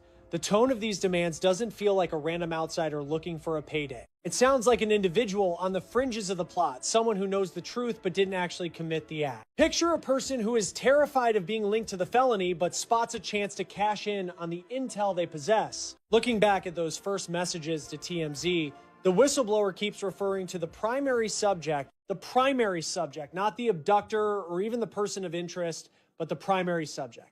That is corporate speak. It suggests a chain of command. This phrasing hints that the source knows multiple players are in the game, with one person calling shots while others follow. Imagine a random intruder acting alone who kicks in a door and snatches a lady. You would call him the kidnapper or the guy, but you never use the primary subject unless you realize this plot has several levels. Think about who would actually phrase it that way. Someone right in the thick of it. A person who knows the ringleader. Someone playing a dangerous game with their freedom because they are terrified of getting dragged down. Does that really strike you as a passerby who just happened to overhear some tea? Or does it feel more like someone skirting the edges of the plot? Someone who knows way too much but lacks the protection of the inner circle? Someone seeing the cops tighten the net and frantically trying to pick a side before the lab results blow their cover? Should the theory of a partner in crime hold water, several folks might actually know Nancy Guthrie's fate. We are talking about people handling the gear, scouts finding the spot, or even friends clued in later. Each and every one of those individuals is glued to the exact same headlines you are seeing right now. They are watching the lab work, the family tree searches, and that $200,000 bounty hanging over their heads. And clearly, one person is already leaking details to reporters, even if it is just through some burner emails sent to TMZ. The circle of people privy to what happened on February 1st goes well beyond just one lone wolf. The larger that group becomes, the higher the odds that someone is going to crack under the pressure. Before we look at the other side, I need to call out the sloppy reporting on Dominic Evans currently flooding YouTube and TikTok. A few creators claim the February 13th tactical raid was for Evans. That is simply not true. Police actually picked up Luke Daly and his mom. Meanwhile, Evans has not been handcuffed, interviewed, or even officially linked to any police activity. Framing that raid as an Evans story is fake news, and it makes all of us tracking this story look bad. You have probably seen some videos calling the gloves found by the New York residents latex. Those were nitrile, not latex. That matters because nitrile is standard in high-tech labs, which directly lines up with Tommaso's career path. Those two materials are light years apart in terms of usage. Missing a detail like that just proves people are not doing their homework. Certain creators are putting Evans' face next to the masked perp and claiming it as a slam dunk. Far from it. You cannot accurately compare grainy infrared doorbell clips of a guy in a balaclava to some random vacation photos shot in the sun. True identity checks on that kind of footage need a forensic lab.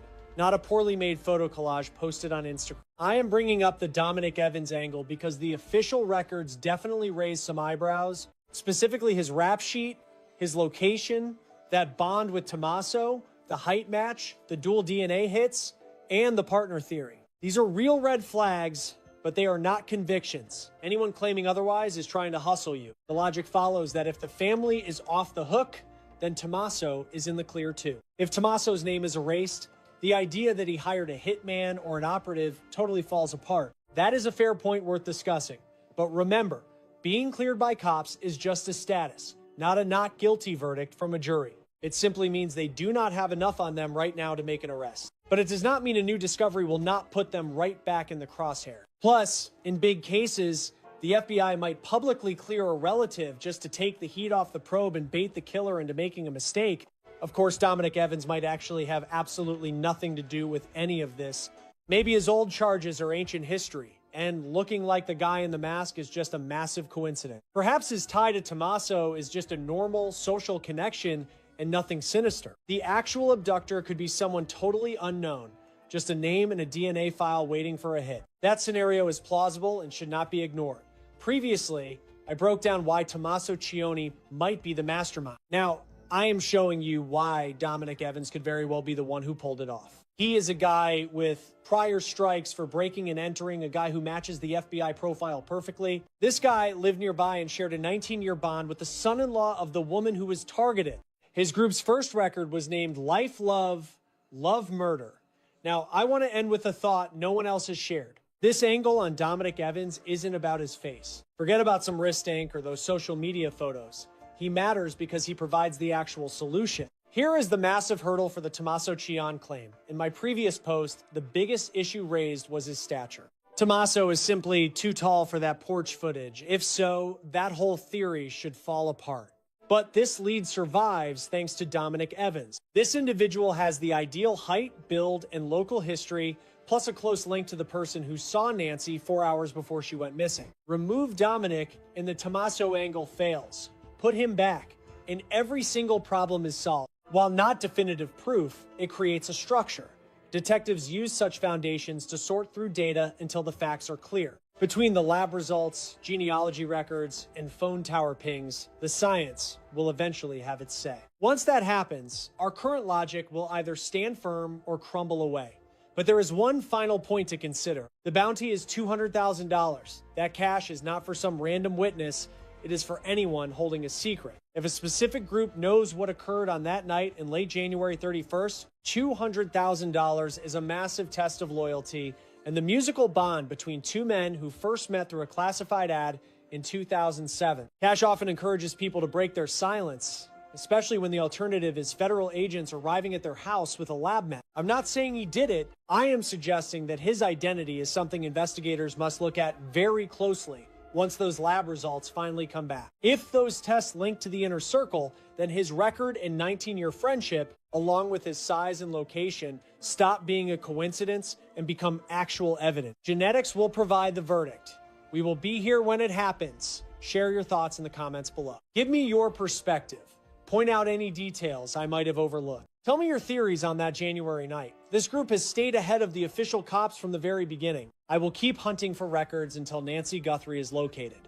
Subscribe, turn on alerts, and share this with anyone following along. My next video will detail the lab findings the second they become public, and that news could flip the script. Nancy is still out there, and we believe she is alive until proven otherwise. Someone out there knows her location. The suspect on Nancy Guthrie's porch was estimated at 5'9" to 5'10" with a medium frame. That single detail created a problem with the leading theory. Tommaso Cioni, Nancy's son-in-law, is significantly taller. If the measurement is accurate, he is not the person who stood at that door. In April 2007, two strangers found each other through a classified ad. One was a drummer. One had just arrived from Tuscany 12 months earlier. They started a band. Dominic Aaron Lee Evans and Tommaso Cioni built their friendship through practice sessions, performances, and nearly 2 decades of shared history across Arizona. Tommaso married Annie Guthrie in 2006 before the band formed. Every year he spent with Dominic, he was already part of the Guthrie family. Dominic knew all of them. 19 years of friendship means knowing someone's routines, their financial pressures, their family, and exactly which doors of their world stay open to you. Dominic Evans has a criminal record in Pima County that includes burglary and robbery. He lives minutes from where Nancy Guthrie lived. He fits the physical profile released by the FBI. Burglary teaches you how to move through a stranger's home without waking anyone. Robbery teaches you to control a room through presence alone. Those are not skills learned from books. The theory proposed in this video is a two-man structure. One person who knew the property and the schedule, and one person who stood on the porch and carried it out. Former FBI behavioral analyst Jim Clemente noted a possible tattoo visible on the right arm of the porch suspect. If confirmed, it narrows the pool of suspects considerably. The band they formed together released their first album in 2010. They called it Life, Love, Love, Murder. At the time, it was just a name. It feels different now. No official authority has named Dominic Evans as a person of interest. He has not been interviewed, arrested, or publicly linked to the investigation by any law enforcement agency. 19 years of friendship is also 19 years of access. The investigation will determine whether those were ever the same thing. Being cleared by police is a status, not a verdict. It means there is not enough to make an arrest yet. It does not mean a new discovery cannot change that entirely. Sloppy reporting spread false claims online. A February raid was for a different individual entirely. Grainy infrared footage cannot be matched to vacation photos without a forensic lab. The DNA results are still being processed. Genealogy records, phone tower data, and lab analysis will eventually produce findings that either support this theory or dissolve it completely. A reward is available for information leading to Nancy's return. If someone close to this knows what happened on the night of January 31st, that number is a serious test of silence. Nancy Guthrie is still missing. The science has not spoken yet. Until it does, the connections are real, the questions are real, and the search does not stop. They snatched her under the cover of darkness.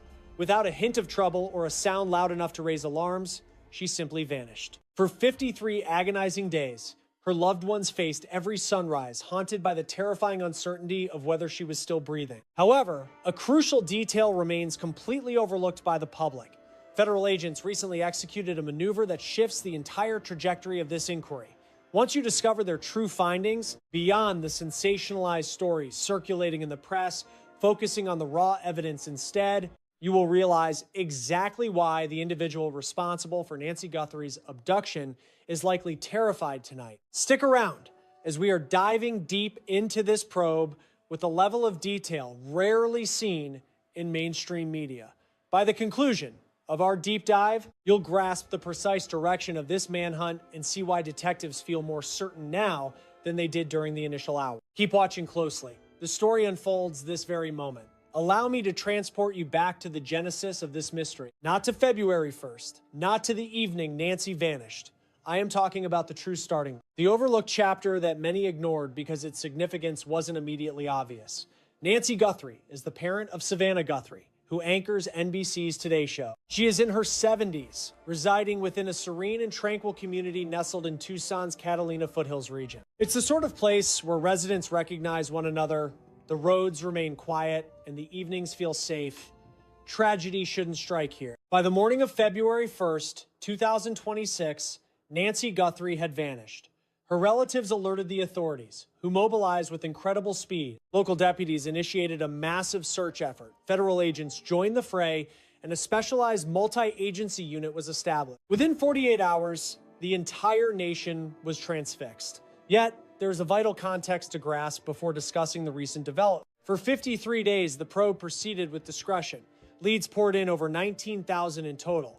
Federal specialists dedicated themselves solely to this file. 5 local sheriff's deputies collaborated with national agents around the clock, focusing their entire attention on pursuing every single clue unearthed. Despite those tireless efforts, 0 arrests were made and no suspects were identified, leaving only a grainy, disguised stranger on a security feed and a grieving family pleading for information before a sea of cameras. That heavy, suffocating quiet is exactly what this new discovery just obliterated. Come March 24th, a startling report emerged from the void. Federal forensics revealed a major turning point in Nancy Guthrie's disappearance. Let us be perfectly clear. Most observers glimpsing that bulletin presumed that handcuffs were about to be slapped on a suspect. The general public believed an identity had been leaked or the mystery was finally solved. That was far from the truth. Yet, consider this. The actual narrative underlying that news is far more impactful than a simple notification of an arrest. The data uncovered by the Bureau does more than hint at a perpetrator. It reveals a detail far more perilous for the culprit. It proves they were lurking previously. Before diving in, we must examine how police veterans define the term breakthrough in actual practice. Modern news cycles have conditioned us to equate that specific word with a closed file. In an ongoing manhunt, however, that is simply incorrect. A major discovery is not the end of the road. It represents the moment detectives secure a vital anchor point for the jigsaw, the segment that finally defines the overall image. Prior to that find, everything remains fluid.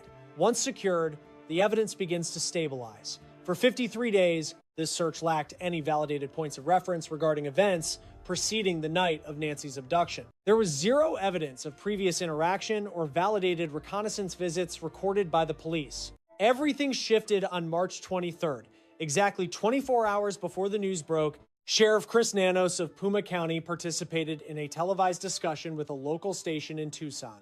During that talk, he disclosed information that no other officer had dared to share since the start of the case. He stated, "Listen closely.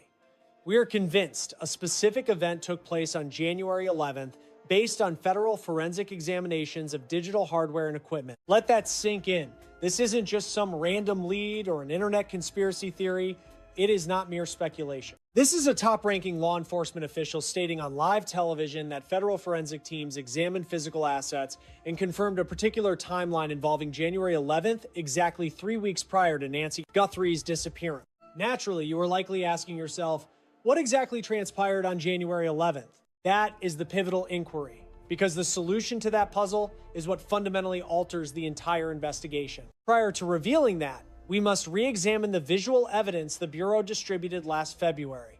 Most viewers miss the true gravity of what those photographs captured. When federal agents publicized the doorbell footage on February 10th in the year 2026, observers noted a hidden individual wearing a balaclava, outerwear, mittens, and trousers, carrying a chest-mounted holster that looked like it held a pistol, plus a 25-liter Ozark Trail rucksack secured to his shoulders. The suspect approached the lens with cold precision, stretched out a hand, and obstructed the view.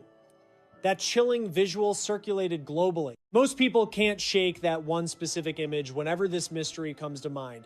However, the feds put out a second photo, a familiar masked shape matching the same build and head covering, yet this instance lacked any pack or obvious hardware, devoid of combat kit, merely a silhouette loitering on the grounds. Once that second shot surfaced, the internet went into a total frenzy. Users began wondering, was that taken on another night? Had he visited earlier? Was he casing the joint before returning for his victim? Authorities in Puma County were fast to react. They confirmed the footage, displayed the person of interest in varying states of dress, yet they stressed that a formal time or date remained unverified for those clips. Sheriff Nanos gave a straight statement to NBC News. Assuming that picture was snapped on a separate occasion is nothing but guesswork. For several weeks, that was the status quo. Then, the feds began grilling locals regarding one particular night. Around the middle of March, NBC News dropped a bombshell that stunned the public. Federal investigators had gone back into the Catalina foothills area to knock on doors and interview homeowners. They weren't just fishing for vague details like, did you see anything weird during the first 2 months of the year? Their focus was locked on January 11th. They urged the residents to scrub through their private home security footage. Agents wanted every single detail from that exact night rather than a broad window or some random point in January 11th. When the big guns arrive at your house, pinpointing a lone day with such accuracy, you can bet that isn't just a lucky shot. That information was pulled from evidence already in the hands of the task force. This is where the story twists, as 2 different tech reviews landed on that same date, though only one truly stayed firm. Early on, Google suggested to the police that the Nest doorbell shot of the unencumbered intruder likely originated on January 11th. Following that lead, detectives started viewing that calendar day as a possible scouting mission. Locals were interviewed. The Guthrie clan got the update. The public was told to look back at that night, then Google suddenly retracted. The tech giant informed the law that they couldn't be 100% sure the photo happened on January 11th. With one source faltering, it briefly seemed as though that crucial date might be dismissed as a dead end. Here is the kicker that hasn't been laid out properly until right now. The Bureau never once retreated from that position. When Nanos went on the air on March 23rd, he wasn't leaning on that shaky cloud data from Google anymore. He dropped a new detail. The feds had performed their own deep dive into the actual Nest hardware, ignoring the cloud and header. They tore into the physical gear, and their technical results pointed right back to the same spot. January 11th. We have two distinct probes using two completely different scientific approaches. One witness hesitated, the other doubled down. Dig into that for a second. Google checked their servers and eventually lost confidence. The feds brought the actual lens and chips into their crime lab for a thorough, hands-on review. They hit the same mark and haven't budged an inch. That isn't just luck, it is where multiple paths meet. When the cops start seeing separate streams of evidence flowing toward a single 24-hour window, identifying one place and one person, that is a huge deal. That is the moment the case finds solid ground. Let us look at the psychology here, because while the digital trail is massive, the behavioral aspect is chilling. The deeper meaning regarding the culprit's mindset is what really ought to keep you up at night. If the Bureau is right, a predator was on Nancy's porch 3 weeks before the abduction. Empty-handed, no gear, no bag, just a chillingly calm observer staking out the house, soaking in every detail of the residence, checking the security's blind spots and getting a feel for the local vibe at that hour. Ex-agent Jennifer Kafunda labeled that January 11th trip as a dry run, a scouting mission performed right before the crime. She mentioned that during the 11th, the moon was barely a silver sliver, offering almost no natural light, a pitch black night, whereas February first had a bright full moon. Regardless of intent, this shows a high level of calculated preparation. This is exactly what a 3-week lead time reveals to the detectives. It proves the prep phase for this crime was way more extensive than they first thought. A broader timeline means more chances for a slip-up, more tracks left behind, and more spots where they could be caught. It increases the odds they walk past someone who didn't even realize they were looking at a monster. There is a secondary angle too. If he was there on January 11th, he left a trail twice. Fast forward to February 19th, 2026, when Sheriff Nanos told reporters what the team had been chasing since day one. Foreign genetic markers, biological evidence that didn't match Nancy or anyone in her inner circle were recovered right inside the house. Nanos mentioned the potential link to the perpetrator before highlighting a major snag.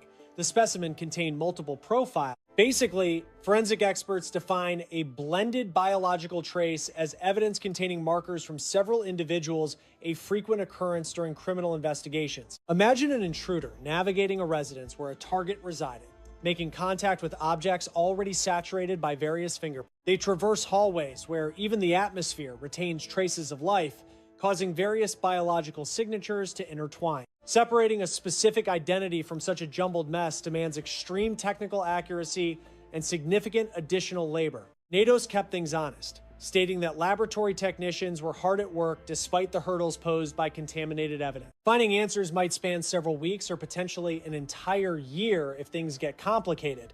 Meanwhile, police found a glove roughly 2 miles from Nancy's residence. The item appeared identical to what was seen on federal surveillance video, prompting officials to run its genetic profile through national databases. This federal system contains nearly 22 million distinct criminal records, yet it returned absolutely 0 hits for this specific piece of evidence. Subsequent testing eventually linked the discarded item to a local kitchen employee who had nothing to do with the actual crime. Consequently, investigators disregarded that particular discovery as a relevant piece of the puzzle. Nevertheless, the biological traces secured from the actual crime scene remain the primary focus, and a top-tier specialist has shared some vital insights regarding them. Leading the charge at Parabon Nanolabs is C.C. Moore, their head specialist in genetic family mapping. This Virginia facility focuses entirely on advanced crime scene science, and Moore herself has assisted in cracking over 300 cold cases. As one of the nation's most respected authorities, she didn't flinch when news of the blended sample broke,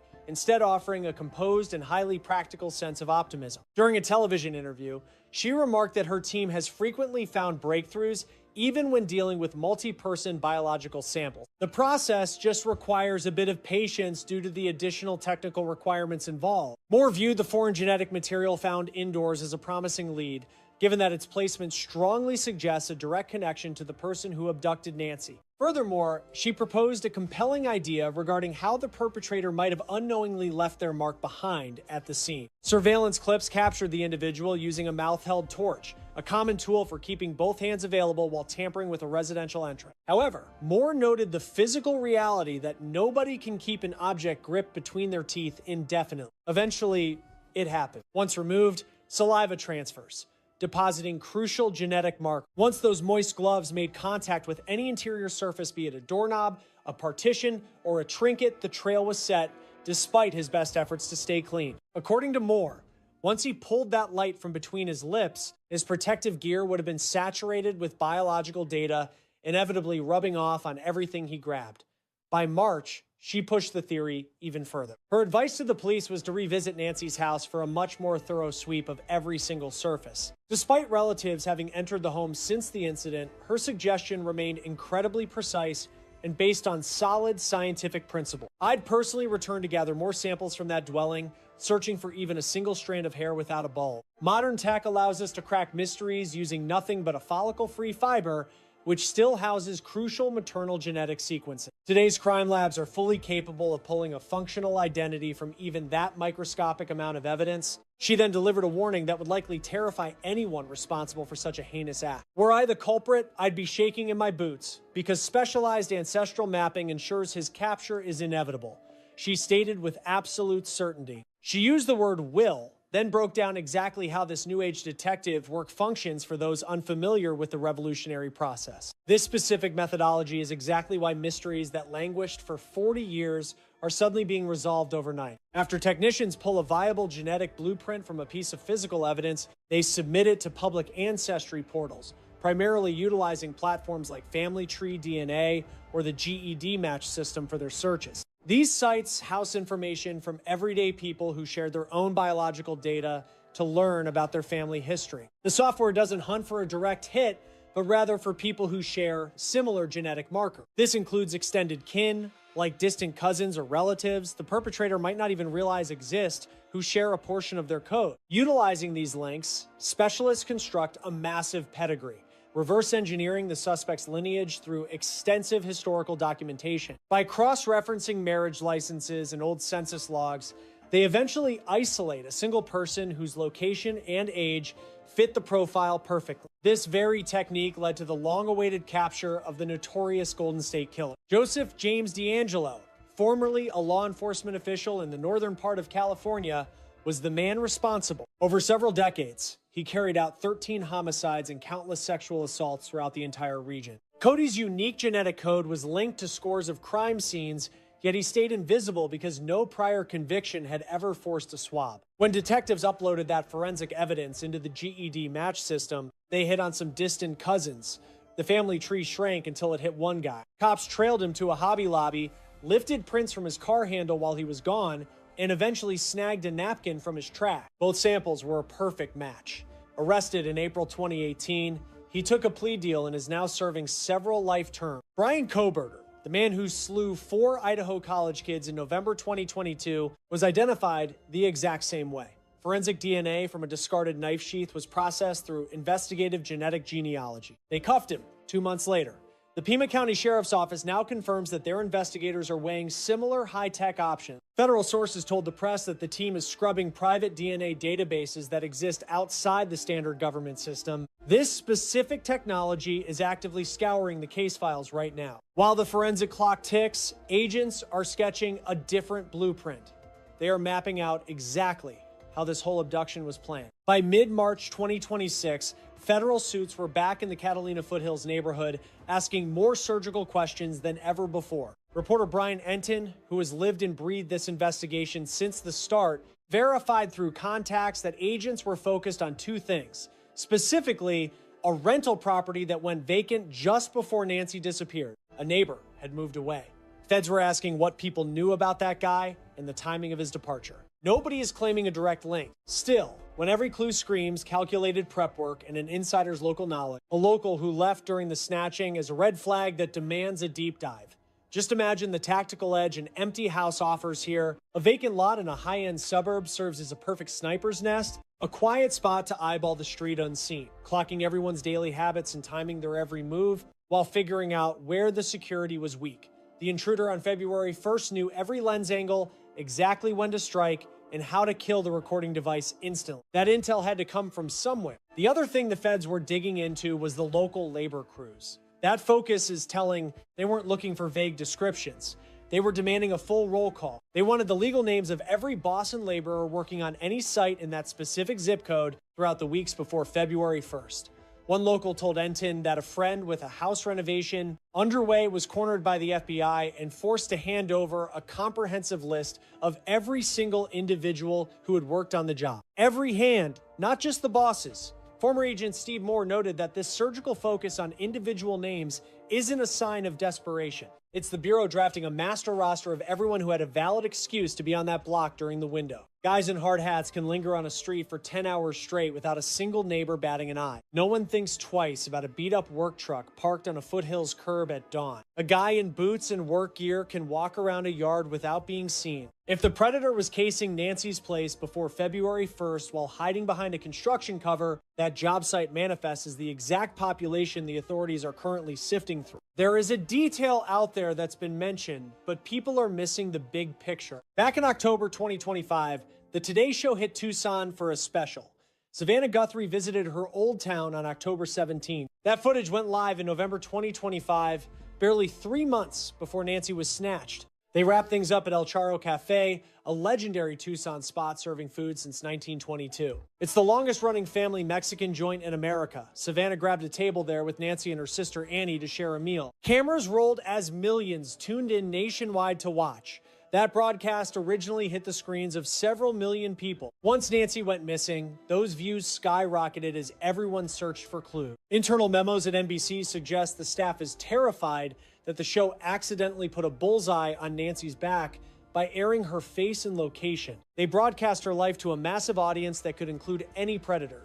Agents swarmed El Charro right after Nancy vanished. They grilled the servers about what happened during that shoot. The feds wanted to know if any strange people were taking pictures or loitering near the production crew. That wasn't just a friendly chat. Detectives are currently pinpointing the exact second this individual spotted Nancy Guthrie and marked her as a target. Let me piece this all together so you truly grasp the gravity of where this investigation stands today. The Bureau's independent forensic dive into the security hardware resulted in a rock-solid confirmation that an incident occurred on January 11th. We are talking about concrete federal analysis, not just some retracted data estimate from a tech giant. This is the definitive conclusion of the feds, and they are standing firmly behind their forensic finding. The family reached out to Tucson residents, urging them to recall anything unusual from late on January 11th. High-level kidnapping task forces never allow specific dates in public pleas without absolute strategic alignment with the detectives. The family highlighted that specific evening because the authorities informed them it was a critical turning point. Genetic material from an unknown source found at the crime scene is currently undergoing rigorous laboratory processing. They are using the same ancestral tracing techniques that brought down the Golden State Killer and Brian Kohberger.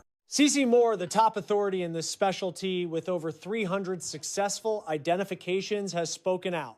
She stated with total certainty that the individual who left that biological evidence will eventually be caught. Detectives have secured the full list of contractors and laborers present in that specific neighborhood leading up to February 1st. They're also scrutinizing a specific neighbor who relocated just before Nancy went missing from her home. Authorities are retracing every public appearance she made, while the total bounty has climbed past $1.2 million. The family has put up $1 million for her return, while the feds have chipped in another $100,000. Local tip lines have contributed an additional $12,500 to the growing total reward fund. As of right now, not a single individual with credible evidence has come forward to claim the cash reward. The sheriff's response was a blunt alert rather than comfort, suggesting that no one should feel truly safe right now. Stay vigilant and keep your eyes open. A senior official is essentially warning the community that a dangerous individual is still walking the streets. Attorney Chad Cummings proposed 3 distinct paths that explain why an arrest has not yet been announced publicly. First, the feds might have a suspect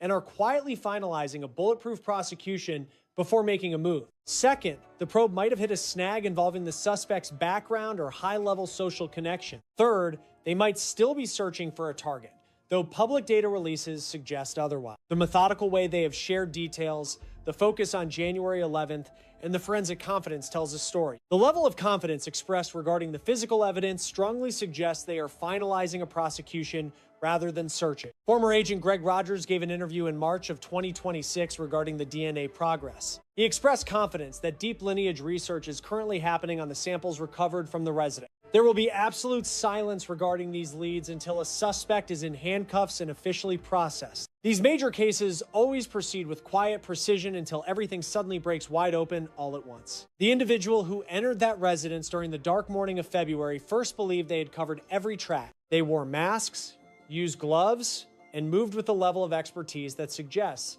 they had stalked her. However, they made a mistake and left a trace in a house they thought was under their control. In a quiet neighborhood they thought they owned, on a camera they thought was dead, they left proof. This is not a cold file.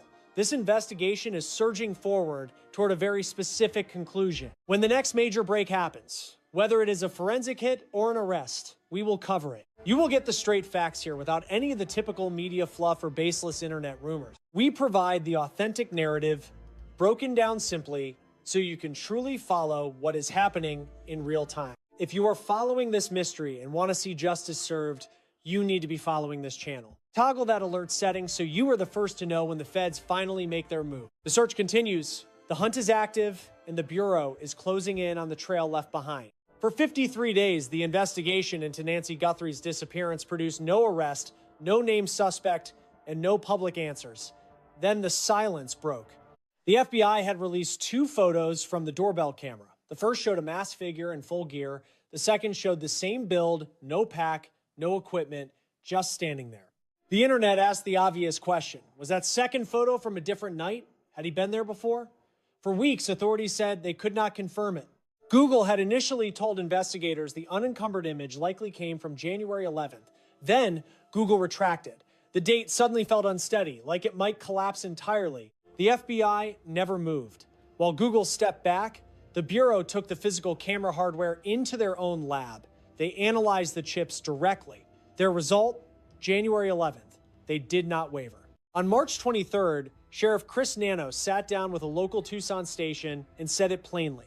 Federal forensic examination of the actual device confirmed that a specific event occurred on January 11th. If the Bureau is right, someone stood on Nancy's porch 3 weeks before the abduction with no bag, no gear, and no urgency, just watching, learning the angles and the timing and the dark.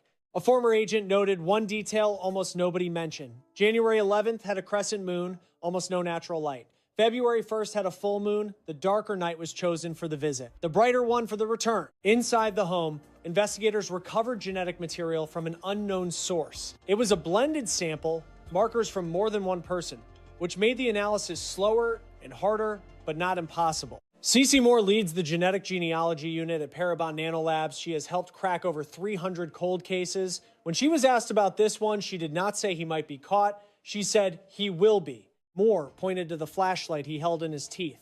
Eventually, it comes out. When it does, saliva transfers to the gloves. When those gloves touch a surface, a doorknob, a wall, anything, the trail is set. NBC cameras had filmed Savannah Guthrie dining with Nancy at El Charro Cafe in Tucson months before. Federal agents walked into that restaurant after the disappearance and questioned the staff. They were looking for the moment he first chose her. He wore a mask and moved in the dark and thought that was enough. But he left his DNA, his route, his timing, and 3 weeks of preparation behind him. A glove was found 2 miles from the house. It matched the footage. The database returned nothing. Testing eventually linked it to a kitchen worker with no connection to the case. It was a new update in the search for Nancy Guthrie. The Pima County Sheriff now says the suspect involved could strike again. Shadows masking his presence. At precisely 1:47 a.m., the feed cut out, leaving the entrance eerily silent. The security sensor blinked before the video died. To any observer, it appeared to be nothing more than a routine hardware malfunction. A typical, tranquil night in the desert. However, his undoing wasn't the lack of light. His very own physical mannerisms betrayed him. Many days following Nancy's abduction from her Tucson residence, A tactical leader presented findings in a private meeting that completely shifted the detective's strategy. They weren't focused on finger markings. Biological evidence wasn't the key factor either. Even the demand for money took a back seat.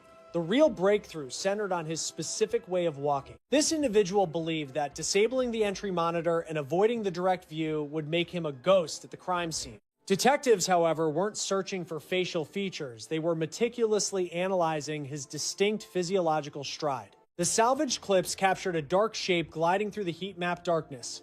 Only a silhouette remained, showing a person navigating the property with total ease. Insiders claimed that his mobility suggested he wasn't someone fumbling through a strange yard in the middle of the night. His actions seemed highly rehearsed, steady, and entirely self-assured. Experts noted that tactical professionals can easily distinguish a nervous prowler from a person who possesses intimate knowledge of their surroundings. That distinction is visible in shoulder tension, along with pacing and the absence of doubt. This person moved without pausing, clearing every hurdle and navigating the rough terrain without a single stumble. He didn't look around like a newcomer. Instead, he behaved as if he had memorized the entire floor plan long ago. That was his fatal error. One can kill a camera, but physical habits are permanent. Then, a second discovery surfaced. Upon magnifying the night vision stills, a faint detail emerged. They spotted a tiny external twist in his foot as he stepped forward. It was a subtle abnormality, nearly imperceptible yet perfectly repetitive. This specific trait was compared against vertical measurements taken while accounting for the warped perspective of the nightlight. Initial federal reports estimated that the hooded figure measured approximately 5 feet 9 inches to 5 feet 10 inches tall during laboratory checks. Biometric stride mapping provides more than just height. It exposes the person's unique bodily ratio. It tracks pelvic width against shoulder sway, the distance of arm motion, and the balance of the core. Instantly, the priority shifted from finding a local witness to identifying a specific walker. This was pure science, not speculation. Police departments frequently employ habit-based profiling, particularly when a perpetrator has successfully hidden their identity from view. Special units are experts at interpreting body language during high-stakes moments, identifying signs of anxiety, if they carry weapons, or if they are faking confusion about their location. Confidential reports indicate the culprit's behavior contradicted what was being told to the media. His comfort level suggested prior access, leading to a chilling realization that could not be overlooked. If he walked with such belonging, what gave him that intimate level of access to the property? Detectives now suspect the evening of the kidnapping wasn't the first time the home had been carefully observed. Video from several weeks prior, on January 11th, captured a man of comparable size lurking nearby during the dead of night. This previous sighting likely wasn't just a survey. It was a full-scale practice session or a dry run. Should this hold true, the primary blunder wasn't the break-in or tampering with the surveillance equipment. Not even the subsequent money request was the biggest slip-up. His error was believing a mask provides total anonymity. Professional observers look beyond simple identities. They track habits. Behaviors are far more difficult to scrub than digital or physical prints. The tactical leader's discreet confession altered the department's mood. The investigation zeroed in, and the window for catching him closed rapidly. Inquiries grew far more targeted.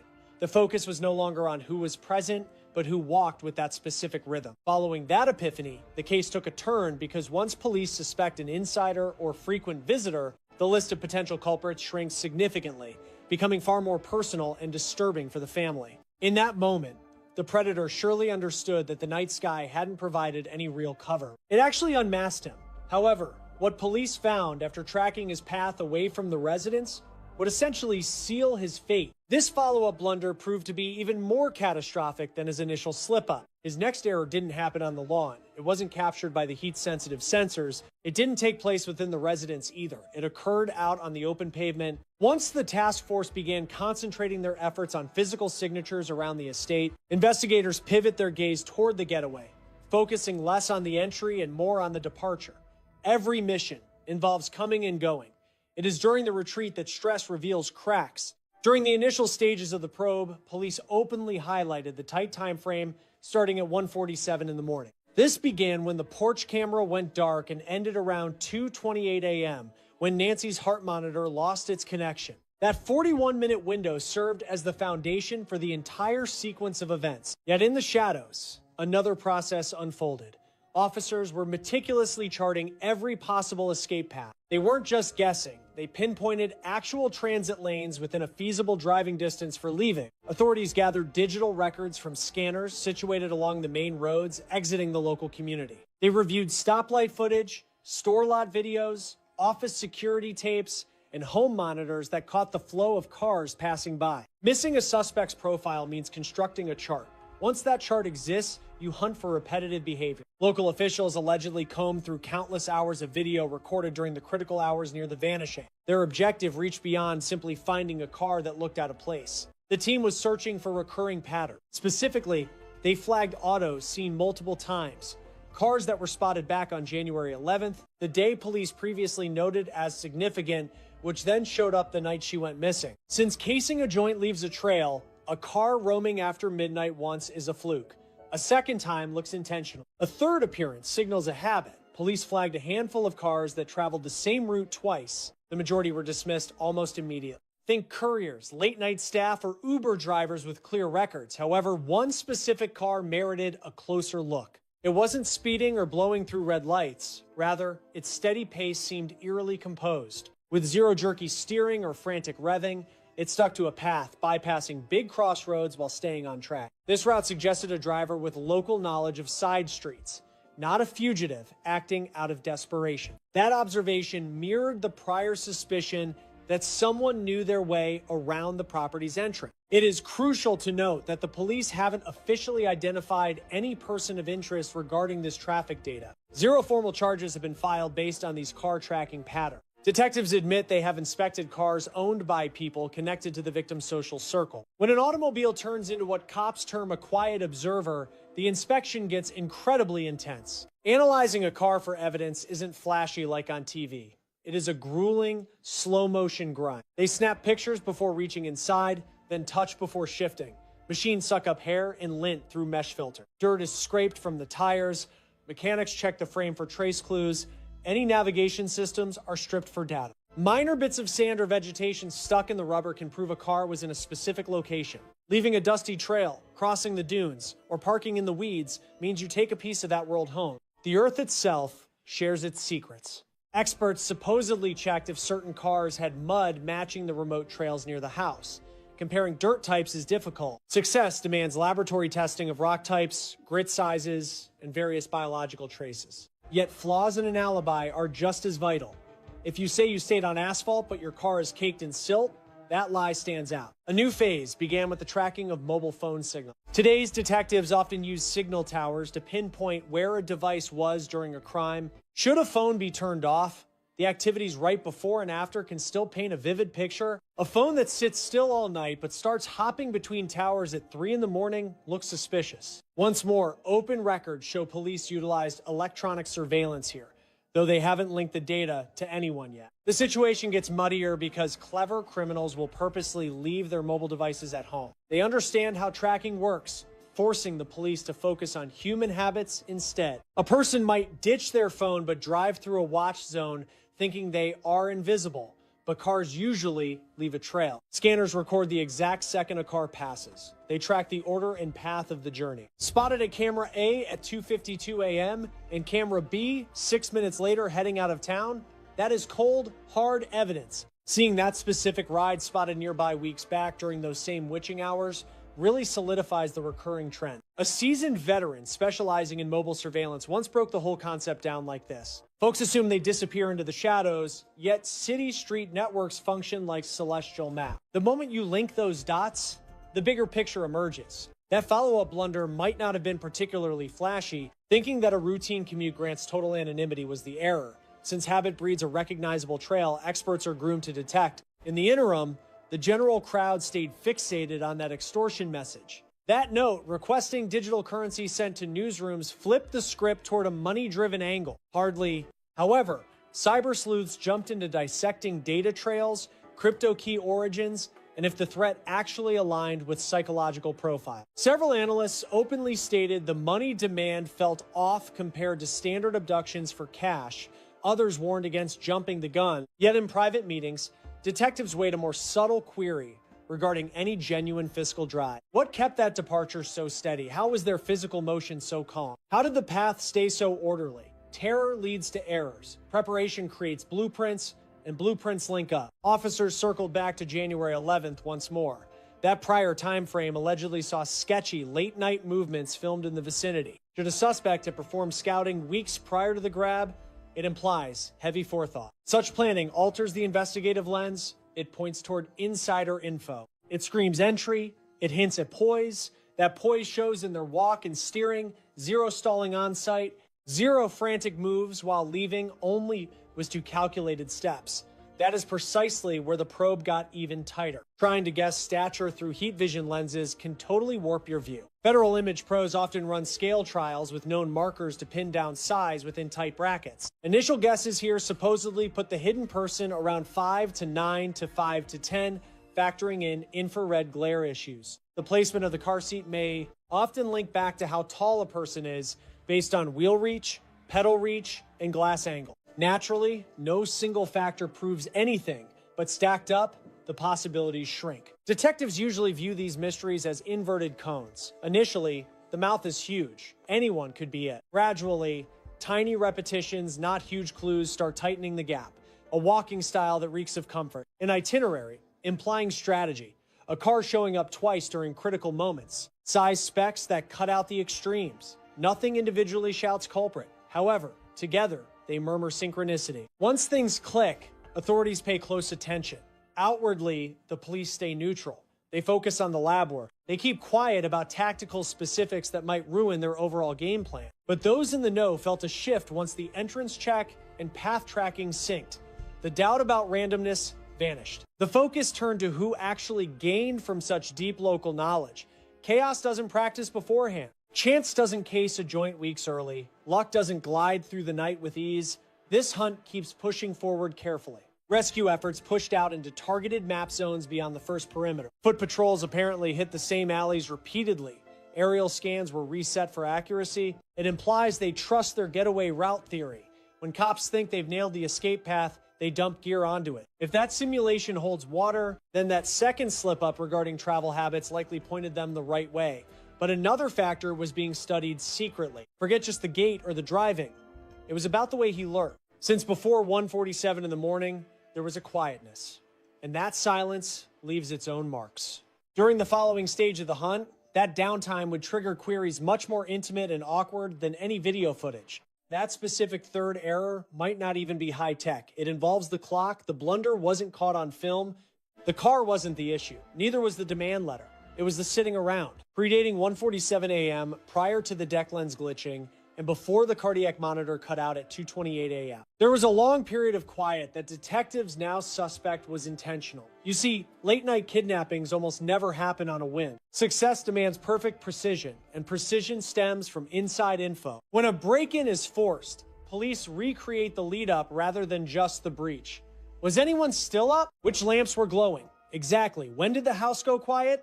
Did curtains hide the interior? Had anyone scouted the yard in the preceding week? Regarding Nancy Guthrie, the feds started digging into things far deeper than grainy video. Detectives started scrutinizing her habits.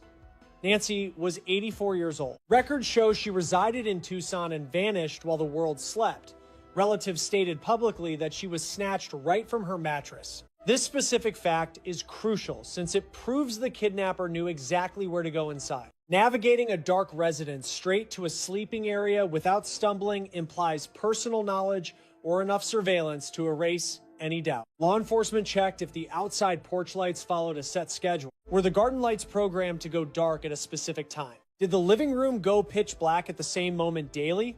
Was there a recognizable pattern like a television shutting down? Habits provide openings, and openings invite crime. While retracing the snatching, police wondered, did the attacker stall for the perfect weak point? Since the distinction between 1 a.m. and 3 a.m. isn't accidental, it is tactical. At 1:47 a.m., the feed cut out, yet police suspect the predator was lurking nearby earlier, likely watching and biding his time. A frequently ignored factor in solving crimes is the act of casing a joint beforehand. Folks think spying looks like a movie. It doesn't. Occasionally, it is just a car sitting down the street. Maybe it's a random pedestrian passing by, Or perhaps someone is hovering in the shadows until the home seems completely unconscious. Patience takes a heavy mental toll. It demands composure.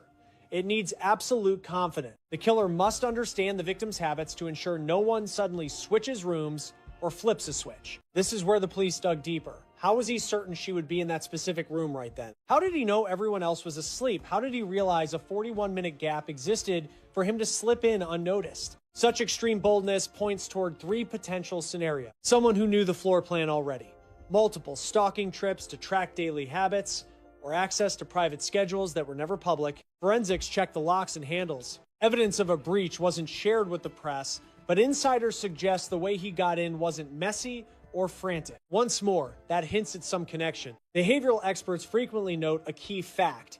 Outsiders second-guess themselves. Outsiders stop at the threshold. Newcomers struggle with depth in the dark. Newcomers look around nervously. However, an individual who has visualized the layout behaves with purpose. That is exactly what the tactical lead meant regarding body language and gait. Stance also shifts during a stakeout. Using better video from other cases, pros can identify how long a figure stood still before acting. Their muscles loosen up, shoulders drop, and the frame goes limp. Detectives looked at the rhythm of the motion before the blackout. Did a silhouette wait around before the lens was covered? Was the stance indicative of a planned strike? Though no face is visible, glitches in the sensor activation can betray an intruder. Plus, there is the issue of knowing the security code. Most residences possess safety systems, however simple. Door beeps, floodlights, or latch sounds. Look, a guy getting in quietly indicates either high-level training or knowing exactly how to avoid the noise. A person does not just get that right by luck on the very first try. Next, look at the extortion message. Following the kidnapping, a request for digital currency appeared. News stations claim they got a message containing a specific Bitcoin address. Cops later investigated if that account had a history or was brand new. Specialists looking at ransom notes always check the vibe. Was it sloppy?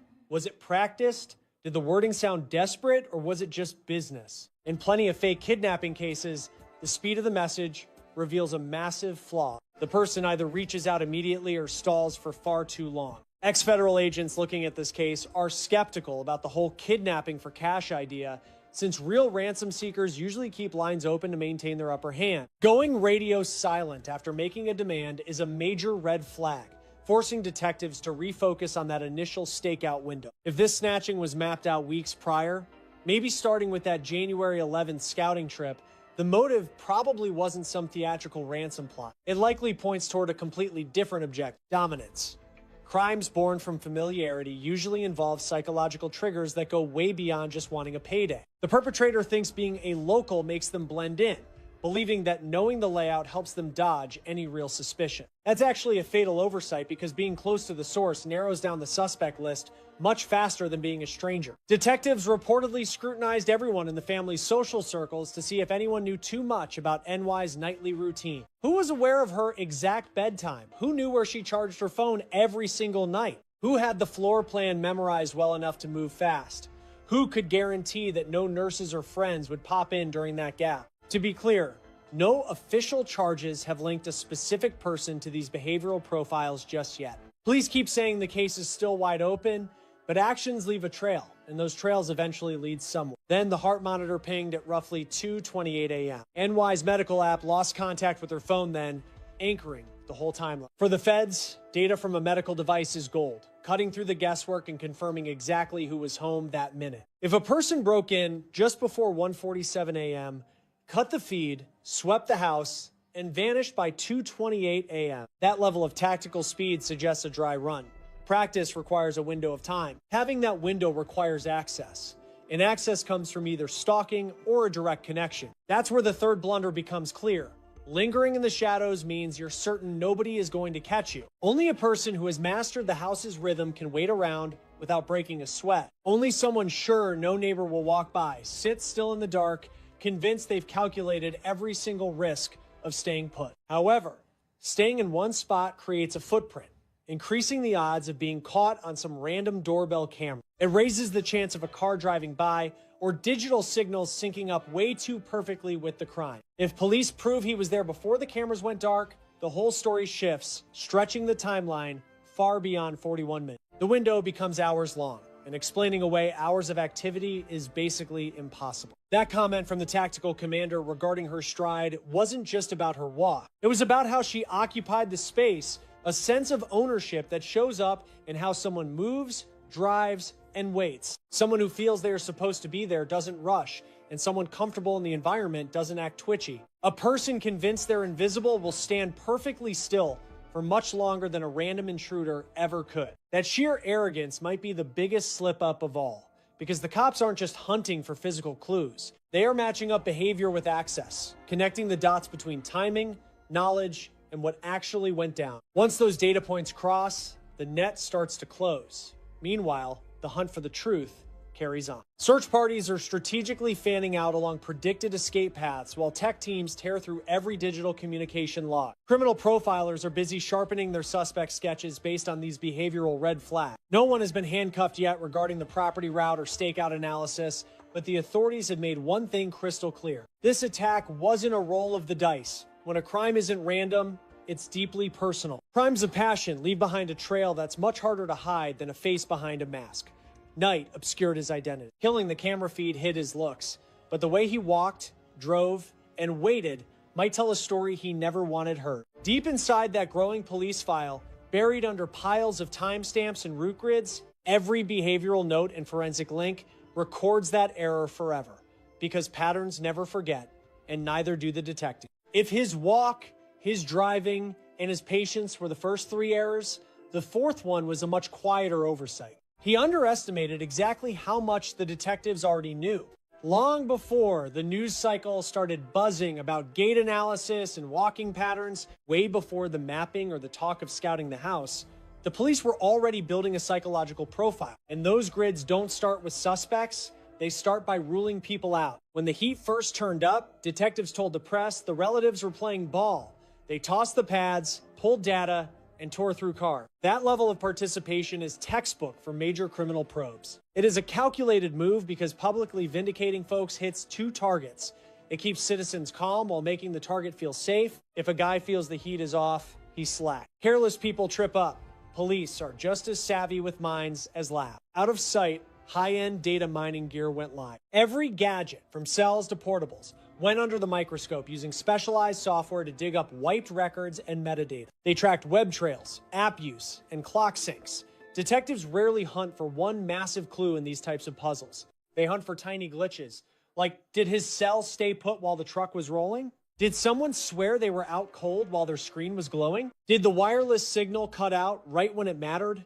In our world, every piece of tech acts like a snitch. But this is where things get messy. Smart predators sometimes expect digital tail. They ditch their phones on purpose or kill the power entirely. They try to fake an alibi by muzzling their devices. But hiding your tracks doesn't wipe the environment. Cars hit plates, sensors log times, gas pumps track the cache. Porch cams catch the shadows. When those real-world clocks match the crime window too perfectly, it is over. Even without a face, investigators start boxing the suspect into a corner. This is not finger-pointing at anyone. This is about how modern detective work meshes. When the tactical lead mentioned tracking movement, he wasn't just talking shot. It was a blend of travel, routes, timing, and radio silence. When those four line up, the net closes and pressure rises. Stress flips a person's behavior. A critical phase in long-term cases is what unfolds once the public chatter stops. When the news fades. When the feed dries up, that is when the pros watch for tells. Does someone suddenly skip town? Do they switch up their day, start selling their junk, make phone calls they never would have before? Mood swings during the quiet spells say more than during the chaos because constant tension makes people snap. In this mystery, official briefings highlighted manhunts in very specific zones far away from the local street where the incident happened. That points to path mapping. Path mapping implies they know the getaway route. Knowing the escape means the circle is shrinking, and that is no fluke. Here's the part people miss. If the cops know which way you ran, they likely know exactly how you snuck back home. Because perpetrators almost always crawl back to their comfort zones, they almost never vanish into thin air forever. They return to their jobs, friends, and their old haunts. And closeness is quantifiable. When the law looks back at odd vibes from January 11th and overlays them with post-crime travel, trends start to pop over weeks. Constant midnight runs, tower pings, and hanging around the same spots. The slip-up isn't usually one big mistake. It is the habit. Habitual acts create heavy odds, and heavy odds zero in the heat. Now think about the undercover chess moves. Detectives often leak bits of the puzzle on purpose, not lies, just framing the story in a specific way. Why? Because if the killer thinks the cops are barking up the wrong tree, they might accidentally slip while trying to adjust. If they think the kidnap story is sticking, they might try to sell that lie even harder. If they think their car is safe, they will keep driving the same roads. If they think the gate footage is trash, they will just ignore it. Misjudging the law kills. The big fail was thinking that no cuffs meant no evidence. But these puzzles never move as fast in public as private. Phone audits take weeks. Dirt analysis needs serious time in the laboratory. Scrutinizing automotive textiles demands exhaustive inventorying. Pulling digital data necessitates triple checking every single byte. Detectives never gamble on major homicides since a tiny slip-up might derail a conviction. Quietude isn't just idling. It signifies a gathering of forces that eventually builds massive momentum. All the while, analysts argued over intent. A few highlighted oddities in the payoff demand. Critics doubted the validity of the message. Different groups looked for clues suggesting an inside job. These hypotheses shifted focus away from freak accidents because chaos never goes through a dry run. Chance doesn't do reconnaissance. Luck doesn't leave quietly. Pure flukes never anticipate the reach of tech. As days pass without evidence of an outsider, the theory of a known assailant gains serious traction. Being close to the victim narrows suspects fast. Once the field narrows, police hunt for overlapping schedules. Who is actually in the right place? Who possessed the secrets? Whose body type matches the projected measurements from the scene? Who drove a car fitting that specific route? Who was free between 147 and 228? Who possessed a motive, money, rage, or anything else that mirrors such a calculated act? To be clear, no official warrants name a suspect yet, but the profile is set and shrinking. That killing blow to their alibi remains hidden for now. It builds up. When feds construct a case on intersecting tiny details, they don't need a smoking gun. They want logic, which emerges when a suspect's walk mirrors the captured video perfectly. The stature measurements weed out long shots. The driving path mirrors knowledge of the local back road. Their phone went dark exactly during the crime. That lull shows a predator's calm, not a panic. Individual clues seem flimsy. Together, they form a solid cage that defense lawyers cannot easily break. Buried in a massive dossier full of times, measured heights, street maps, digital logs, and psych profiles. A single spot exists where every thread finally crosses. This discovery isn't cinematic. It is slow. It is cold. It is impossible to argue against. Once detectives find it, they stay tight-lipped for a while. They brace themselves because a formal indictment triggers a war where every frame of video is attacked. No arrests happen until the web of evidence is flawless. Consequently, the main error wasn't the crime itself. It was thinking that scattered clues can't be linked. Yet, messy fragments are precisely how prosecutors construct a trap. Tiny slips and subtle patterns stack up until the search area vanishes and the truth is undeniable. Until every action screams a name. Night hid the features, but math and habits leave no shadow. Once the dots link, they stay locked. The manhunt proceeds with icy, calculated focus and silence. In that shrinking ring, a killer is seeing that their supposedly hidden moves were caught on tape. Once that reality hits home, the true crushing weight of justice starts to descend. The camera on Nancy Guthrie's porch went dark at 1:47 in the morning. He thought that was enough. It was not. Investigators were not looking for a face. They were watching how he moved through the property, the pace, the posture, the complete absence of hesitation. He did not look around. He did not stumble. He navigated the yard in the dark the way a person moves through a space they have already memorized. When analysts magnified the night vision stills, they found something small and perfectly consistent, a faint outward twist in his foot with every step, repetitive, involuntary. His biometric stride mapping does more than estimate height. It reads pelvic width, shoulder sway, arm swing, and core balance. The body tells a story the face never has to. A car appeared in traffic data on January 11th. The same car, or one matching it closely, was picked up again on the night Nancy disappeared. Once is nothing. Twice is a pattern. It did not speed. It did not run lights. It moved at a steady pace along back roads that bypass every major intersection, the route of someone who already knew the way. His phone went dark during the same window. The porch camera failed. A device that sits still all night, then jumps towers at 3 in the morning, does not go unnoticed. Investigators charted every possible exit route from the neighborhood. Once they knew which way he ran, they had a narrow picture of where he had come from. Perpetrators almost never vanish. They return to their jobs, their routines, and the places they know. Familiarity is a comfort and a pattern that investigators are specifically trained to find. When detectives overlaid the January 11th movements with the post-crime travel data, trends appeared. The same hours, the same general zone, the same deliberate, unhurried manner. A ransom demand was sent. Analysts flagged it immediately. The phrasing was off. The delivery felt rehearsed. The amount did not fit the standard profile of an abduction driven purely by money. You can disable a camera. You cannot disable a habit. The walk, the route, the timing, every practice move leaves a record that no mask can erase. Each clue on its own means very little. A walking style, a car seen twice, a phone that went quiet, but stacked together, they stop being coincidences and start being a cage.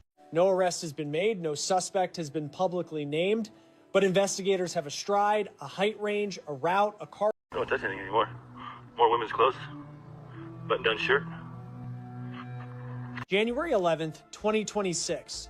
3 full weeks before any official reports were filed. A Sunday night within a peaceful Tucson, Arizona suburb nestled in the Catalina foothills. Broad streets, houses set far back. The specific type of darkness found in high-altitude deserts, remarkably clear, freezing, and deep. At some point that evening, a figure approached a particular front entrance.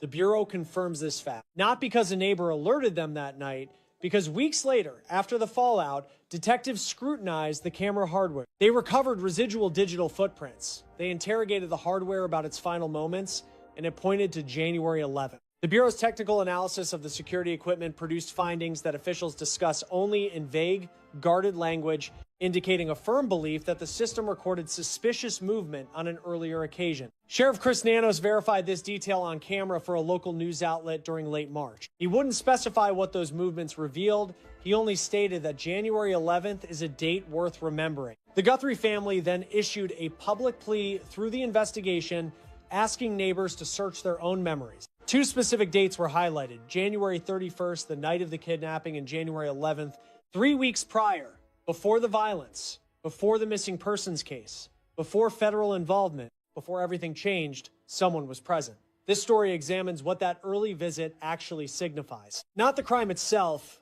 but the person lurking at that door weeks before returning. 3 sources saw it differently. None of them holds the entire truth. Together, they form the question the task force wants answered. Our first piece of evidence comes from the digital forensic trail. The security camera at the Catalina Foothills residence was not configured for constant recording due to the subscription type. Yet, smart cameras stream data instantly to corporate servers during the few seconds they are active. A motion sensor wakes the device. It broadcasts its feed immediately, well before any local storage decisions occur. What the feds uncovered in those server remnants isn't a full video. It is a digital ghost. Something was present. The lens captured it. The time signature remains recoverable. The specific visual details of what the camera witnessed that evening are currently classified within the investigation. Our second source of information is the surrounding community. Aldine Meister, a 30-year resident of the area, told detectives early on that she saw a stranger nearby. A man in everyday clothes, avoiding the typical hiking or athletic gear of the neighborhood. Hat pulled low, shoulders slumped. Moving with intent but lacking a clear destination, she knew he was out of place. Then February first occurred and she called. Those few weeks prior placed the sighting around January 11th. Meister cannot specify the exact day, but the timeline fits. The third source is the Bureau. Former federal agent Jennifer Kofender publicly suggested that the masked figure seen on the doorbell footage was present on January 11th for reasons she described with a specific professional term. A dry run, someone visiting the property not to attack, but to scout and verify their plan. 3 pillars: a digital trace, a neighbor's memory, and an expert framework from a seasoned investigator. None of these revealed the view from inside, as the occupant was asleep and totally unaware. What exactly is a dry run operationally? The term appears often in the media coverage, but it needs to be explained because its nature determines what January 11th reveals about the suspect. A dry run isn't just curiosity. It isn't a simple trip to see if a house exists. It is a methodical rehearsal of a specific operational sequence performed before the actual event to identify any variables that the original strategy failed to consider. This implies January 11th was scripted. Someone arrived at that home with a specific checklist of actions. They executed a version of those tasks. They monitored the results. They vanished. And between January 11th and February 1st, they fine-tuned the plan using those observations. What specifically would that rehearsal need to confirm? First, the camera, its placement relative to the door, the reach of its lens, and whether a status light indicated an active paid monitoring service. Or active, focusing on whether a person walking toward the front door could actually reach it with their hand. Knowing those details dictates how to move toward the house during the hit without being caught on a clear video clip. Then you have the second factor, the actual smart doorbell. If a guest would trip the sensor before they ever got close enough to knock the whole thing out of commission, if coming from the sidewalk gave enough cover to grab the lens before the motion sensor ever knew he was there. Factor number 3 involves the typical flow of a suburban neighborhood on a quiet Sunday night, noting which homes were lit up or pitch black, and if any neighbor had a perfect view of that front porch. If there were people out walking around, how loud the background noise was, and if the block felt deserted or busy. The fourth point is reaction time. If things went south at the door, how fast would a passerby catch on? How many seconds before a camera across the street caught a glimpse of something suspicious? Solving that riddle tells you exactly how many minutes you can safely linger at the main entry point. A rehearsal on January 11th provides real-world answers to every single one of those concerns, no guessing. By actually walking the route and seeing exactly how the surroundings react to someone moving through the shadows. Now, here is a tiny detail most reports missed about that January 11th date. The prowler on February first winged it. He grabbed a potted plant to obscure the view instead of bringing a specialized tool to kill the signal. People are right to call that quick fix a sign of sloppy preparation on his part. However, it also proves that the January 11th visit left him with one very specific takeaway. That practice run taught him he could not just sneak past the camera without being seen. He realized the sensor would pop long before he got close, so he had to kill it rather than dodge it. Yet he wrongly assumed that a makeshift cover found on site would be enough to do the trick. January 11th led to a strategy of fix it when you get there. It did not spark a bring tools plan. That messy move on February 1st is the straight result of a choice he made 3 weeks earlier. You can see that choice in the weird split between his high-level prep and his amateurish follow-through. Take a look at what that January 11th date reveals about how well this guy knew the house. You do not do a dress rehearsal at a house you have never scouted out in the past. You do not just show up to practice. You arrive after watching for days to prove your theories were right. This implies there was a whole prior stage before January 11th where he just sat back and watched. A stretch of time where the creep was hanging around close enough to map out daily habits and camera spots, learning the area's vibe and the exact weaknesses of an 84-year-old lady living by herself in the Catalina Hills. Feds asking about the empty rental next door and checking names of local builders in January all points to one thing. Which individual had a good excuse to be lingering on that specific street during the lead up to January 11th? The schedule built from the public records actually shows a 3-part story, not just a 2-part one. Stage 1, the stakeout, starting at some mystery date. The person of interest somehow picked out Nancy Guthrie, found where she lived, and started tracking the house's routine from a spot where he could watch without looking like a weirdo. Stage 2, January 11th, the dry run. He actually touched the property and set off the motion alarms. Investigators pulled digital footprints. He was testing his path. He figured things out and tweaked his strategy.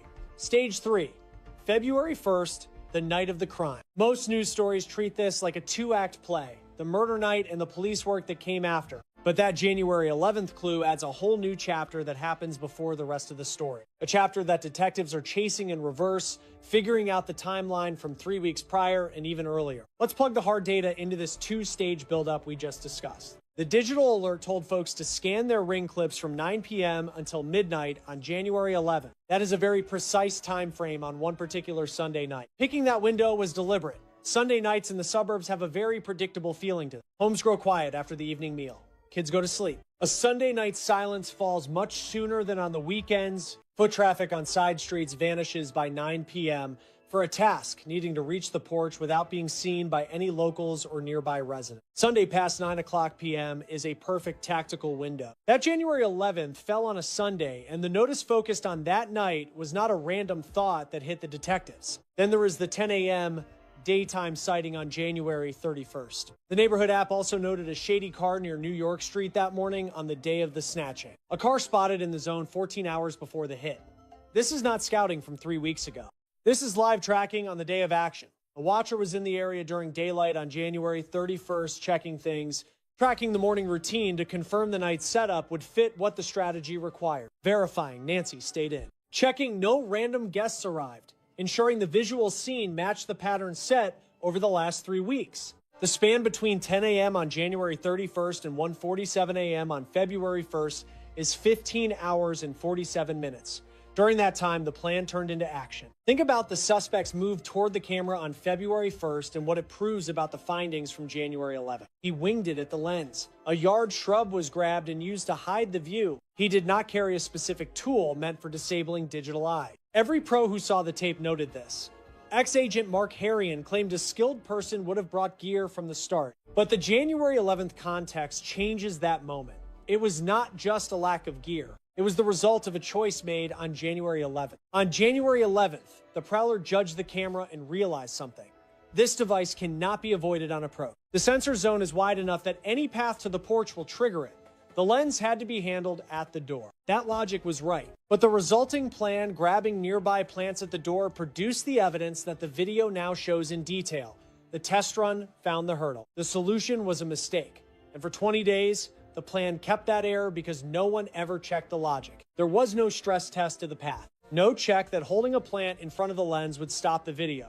21 days passed between the rehearsal and the crime. That time frame matters much. A person who scouted on January 11th and hit immediately would leave a pattern connecting both trips that is much easier to find. A 3-week gap lets the neighborhood's memory of weird activity on January 11th start to fade. It lets any witness who saw something stop thinking about it. It creates a safety zone between the scouting and the deed. That delay is on purpose and shows a specific type of criminal logic, knowing that time is a tool for hiding risk. Go back before January 11th to the question of how this house became a target. Savannah Guthrie is a very famous face on American morning television today. She has anchored NBC's Today Show since 2012. Her pay and career details are public knowledge, mentioned in news reports and bios linked to her name in many online posts. Her relatives have been mentioned in all those years of press, including her mother and siblings. Her mom lived far from New York, without the heavy security that follows someone as famous as Savannah, but in Tucson, Arizona, in a quiet neighborhood, in a house, with a regular doorbell camera and no professional security on the ground. Finding Nancy Guthrie as a target only required 2 things: awareness of Savannah's celebrity status and simple web research into her family tree. Neither thing needs secret files. Both are open to anyone with a computer and a dark goal in mind. Cameron Guthrie knew this on February 1st before any ransom note was even written. His past in military intel gives him a very specific way of thinking. Who wins? Who has the tools? And who found the easy way in? He went straight to his sibling and said, "I'm sure they grabbed her for cash." When she worried it was because of her, he replied, "Could be." This deduction, coming from a retired Air Force officer with a background in spying, implies that the scoping phase of this entire mission kicked off through digital footprints instead of actual physical tracking. Some person using a computer nowhere near the Arizona hills or even Tucson, creating a victim file from open source data, discovering that Savannah Guthrie's mom lives solo in the desert, finding the general area first, then eventually pinpointing the exact home coordinate. Moving from online research to being there in person is when the whole plan turns real. And the very first physical presence recorded in this specific area is the quiet scouting phase prior to January 11th. We can guess the start of that timeline by looking at the inquiry into the local construction crews. Federal agents checked into January work schedules for specific individuals. If the reconnaissance phase used building sites as a front, the FBI's search is focused on proving when that lie began. A laborer who started a task in early January would have had a chance right from the first of the month. A worker who began in late December would have had even more time. The builder query and the January 11th query focus on the same point. Precisely, when did the stakeout of this house start? And what fake identity let them stay there without suspicion? Now use Defender's dry run logic to see what January 11th provided besides just checking the cameras and the neighborhood flow. A practice run also serves to gauge one's own mental toughness. The huge gap between dreaming up a scheme and actually pulling it off is massive. A person can plot everything out but then realize once they are on site that their nerves don't match the original plan. The sight of that specific entryway, the deep shadows on that street, and the sounds of the night at that exact hour. A practice round on January 11th dialed in the setting and the killer's comfort level. It tested if they could approach that door without shaking. It checked if seeing a security camera caused a panic they had to suppress. It confirmed whether the scene felt as easy to handle as they had hoped it would be. There were 21 days between January 11th and February 1st. That delay matters.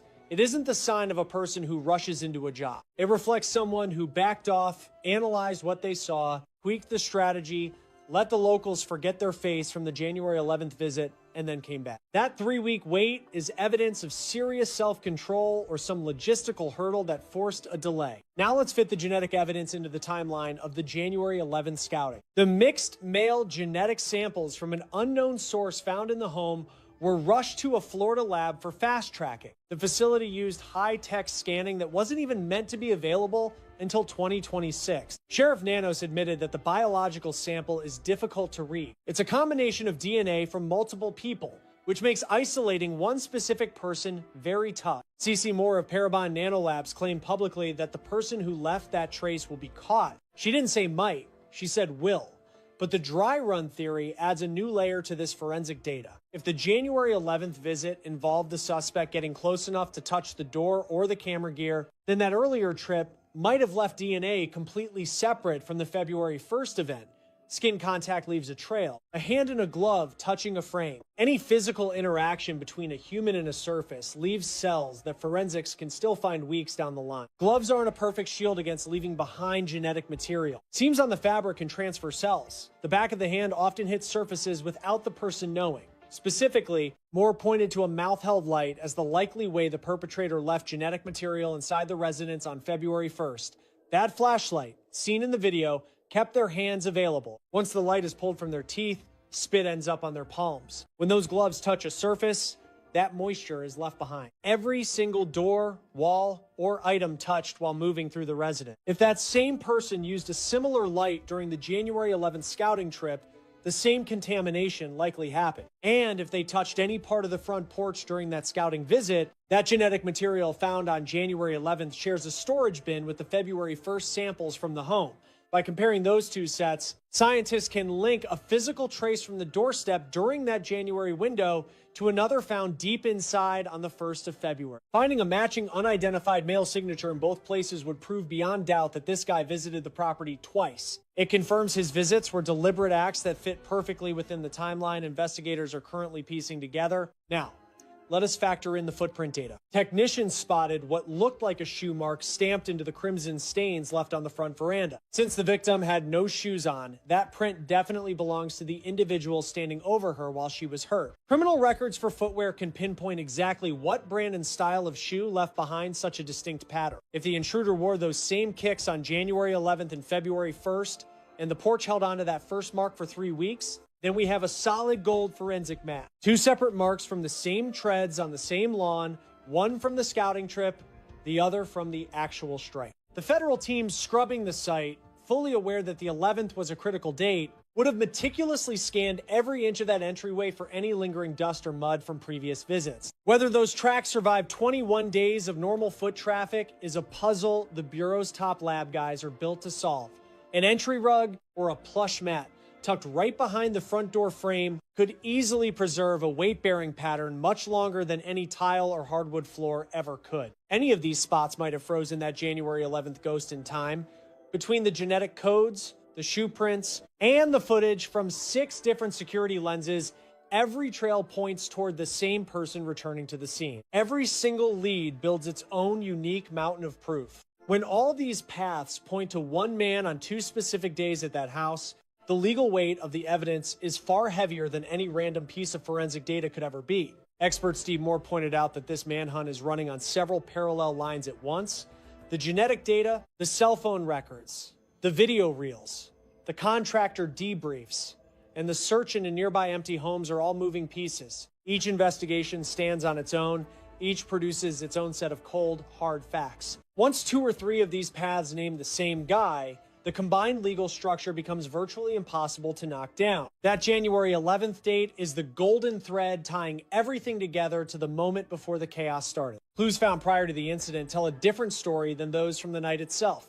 They reveal cold-blooded preparation. It shows the wheels were already turning while the poor woman slept, totally unaware that a predator was lurking outside. There is a specific move he made on February 1st that only makes sense if you look through the lens of that January visit. The intruder remained within those 4 walls for exactly 41 minutes. Every seasoned profiler who has checked the files agrees that 3/4 of an hour is an eternity for a targeted kidnap. Former agent Jim Clemente emphasized that such a long stay is highly unusual for this type of job. He explained that lingering for that long massively increased the chance of getting caught red-handed. Most people assume the delay was due to the logistics of moving an 84-year-old woman through a dark house, shifting her from a back bedroom all the way to the front door. Stopping to check the coast and loading her up takes time. But the January dry run suggests another reason for the clock ticking. It all comes down to how much the guy actually knew about the inside of that home. A scouting mission in January that stopped at the door would teach him about the cameras in the street and show him where to hide outside, but it would leave him completely blind to what was happening behind the front door. He would have no idea where the rooms were or how to find the bedroom from the back of the house. He would not know the hallways or what furniture might block his path. If he was flying blind inside, then his trek through the house on February 1st was a slow, fumbling search in the pitch black while dragging a victim along. Trying to find your way through a maze you have never seen takes way longer than following a map you have memorized. It leads to hesitation, hitting dead ends, and having to stop and listen before making the next move. Spending 41 minutes inside as a total stranger is a very different story than someone who already knew the floor plan. If the intruder didn't scout the house on January 11th or have any other way to learn the layout before February 1st, then the drawn-out timeline can be attributed to them being lost in a totally unfamiliar environment. Now, let's re-examine the blood spatter found on the porch. The secondary spray that occurs when fresh blood drips into a pool that is already settled shows the person stood still at the door for a while rather than just walking through. Someone who doesn't know the layout of this specific residence and has just crossed the yard in the pitch black for the first time while dragging another person along might hesitate at the entrance to get their bearings and check that the getaway car is parked exactly where it needs to be. That specific moment of hesitation is visible in the blood, and the confusion behind it likely comes from the fact that the January 11th visit didn't provide enough intel about the house. By only scouting the outside during that test run, they left a massive hole in their tactical knowledge. That blind spot turned into a pause at the doorway on February 1st, and that pause is recorded in blood. Here is what the forensic evidence confirms for certain regarding the January 11th aspect of the investigation. Forensic experts from the Bureau analyzed the camera and firmly believe it caught some suspicious activity on January 11th. Sheriff Nanos went on the record during a local news segment back in March 2026 to confirm this. The Guthrie family went public, working with the police to ask the town to try and recall anything from January 11th. An alert went out on the Ring Neighbors app urging locals to check their security clips from 9 p.m. until midnight. We have 3 separate pieces of confirmation from the cops, from the victim's family, and from the Neighborhood Alert Network, all circling that same calendar date. Former FBI agent Jennifer Coffender even called that January 11th event a rehearsal. To be clear, that is her expert opinion, not a formal statement from the Bureau itself. She has been a reliable and qualified voice throughout her public analysis of this investigation. Aldine Meister's separate story about spotting a stranger 2 or 3 weeks before February first fits the January 11th window perfectly. Here is what seems likely based on the clues we have, though not yet proven, that the January 11th visit was the middle part of a 3-stage plot, starting with quiet scouting and ending with the February 1st attack. It is highly probable the visitor on January 11th and the person from February 1st are the same individual. The way they messed with the camera on February 1st suggests they learned how it worked during that January 11th test run. The 41 minutes they spent inside on February 1st is likely because they didn't know the layout, something an outdoor-only scout on January 11th wouldn't fix. This is what remains unproven according to the records available to the public. We don't know exactly what the camera data shows from January 11th or if the guy touched anything that left usable DNA. It is unclear if any footprints or marks from the January 11th visit were left on the front porch, or if the empty house or the various construction workers in the area during those first 2 weeks of January have any link to the figure seen on the doorbell cam. The FBI is trying to bridge those gaps. The genetic testing is still being processed. They are still scrubbing the surveillance tapes. The phone GPS data is being checked. At the heart of this investigation is a lingering question about January 11th, because the answer affects more than just one evening. It reveals a calculated plot spanning 3 weeks that left a trail of clues long before the actual crime took place. There is a unique element that the January 11th evidence brings to this case that most missing person stories usually overlook or fail to mention. When a crime is only documented at the moment it happens, the evidence is trapped in that specific time and place. The blood, the video, the DNA, and the physical crime scene. But when a crime is recorded during the planning stages, when the killer leaves forensic footprints while getting ready for the act, the evidence trail goes back weeks to when the crime was just a thought, back to when the suspect hadn't done it yet, back when life there was still ordinary. Nancy Guthrie lay resting peacefully one Sunday evening in January, completely unaware of the individual lingering just outside her entryway. Within this probe, January 11th serves as a vital bridge, stretching the scientific timeline back to an earlier point. This isn't just supplementary proof of the tragedy. It's data gathered before a crime was even committed, shifting the focus beyond identifying the perpetrator. Police are hunting the figure on that porch 3 weeks earlier, while the act was still just a plan. Back to a specific window in time where a single choice might have changed everything. A period when the individual captured on film hadn't yet committed to the dark path they eventually took on February 1st. This question is both technical and deeply thoughtful. Federal agents are tackling the technical side through digital analysis, genetic samples, mobile device logs, and video records. Yet the moral perspective raises a separate issue. How do we interpret the act of recording a sequence of events before any actual violence took place? Why is it significant to pull clues from a point in time when the final tragedy wasn't yet inevitable? Local bulletins urge neighbors to look back on January 11th, not for signs of a tragedy, since nothing had happened yet, but for something else. They wanted people to recall a typical Sunday night in January when something entirely out of place was quietly haunting their streets. An occurrence that hadn't broken any laws yet, though detectives now view it as a critical moment. It was the beginning. Someone nearby definitely saw something on January 11th. It might have seemed mundane, perhaps just a vehicle they didn't recognize parked where it shouldn't be. Maybe a fleeting glimpse of a stranger or a faint noise in the dark that seemed trivial enough to ignore at the time. That tiny, dismissed thought buried in someone's mind could be the missing link that connects January 11th to a specific suspect. Contact 1-800-CALL-FBI or use tips.fbi.gov to report. Anyone present in the Catalina foothills on January 11th,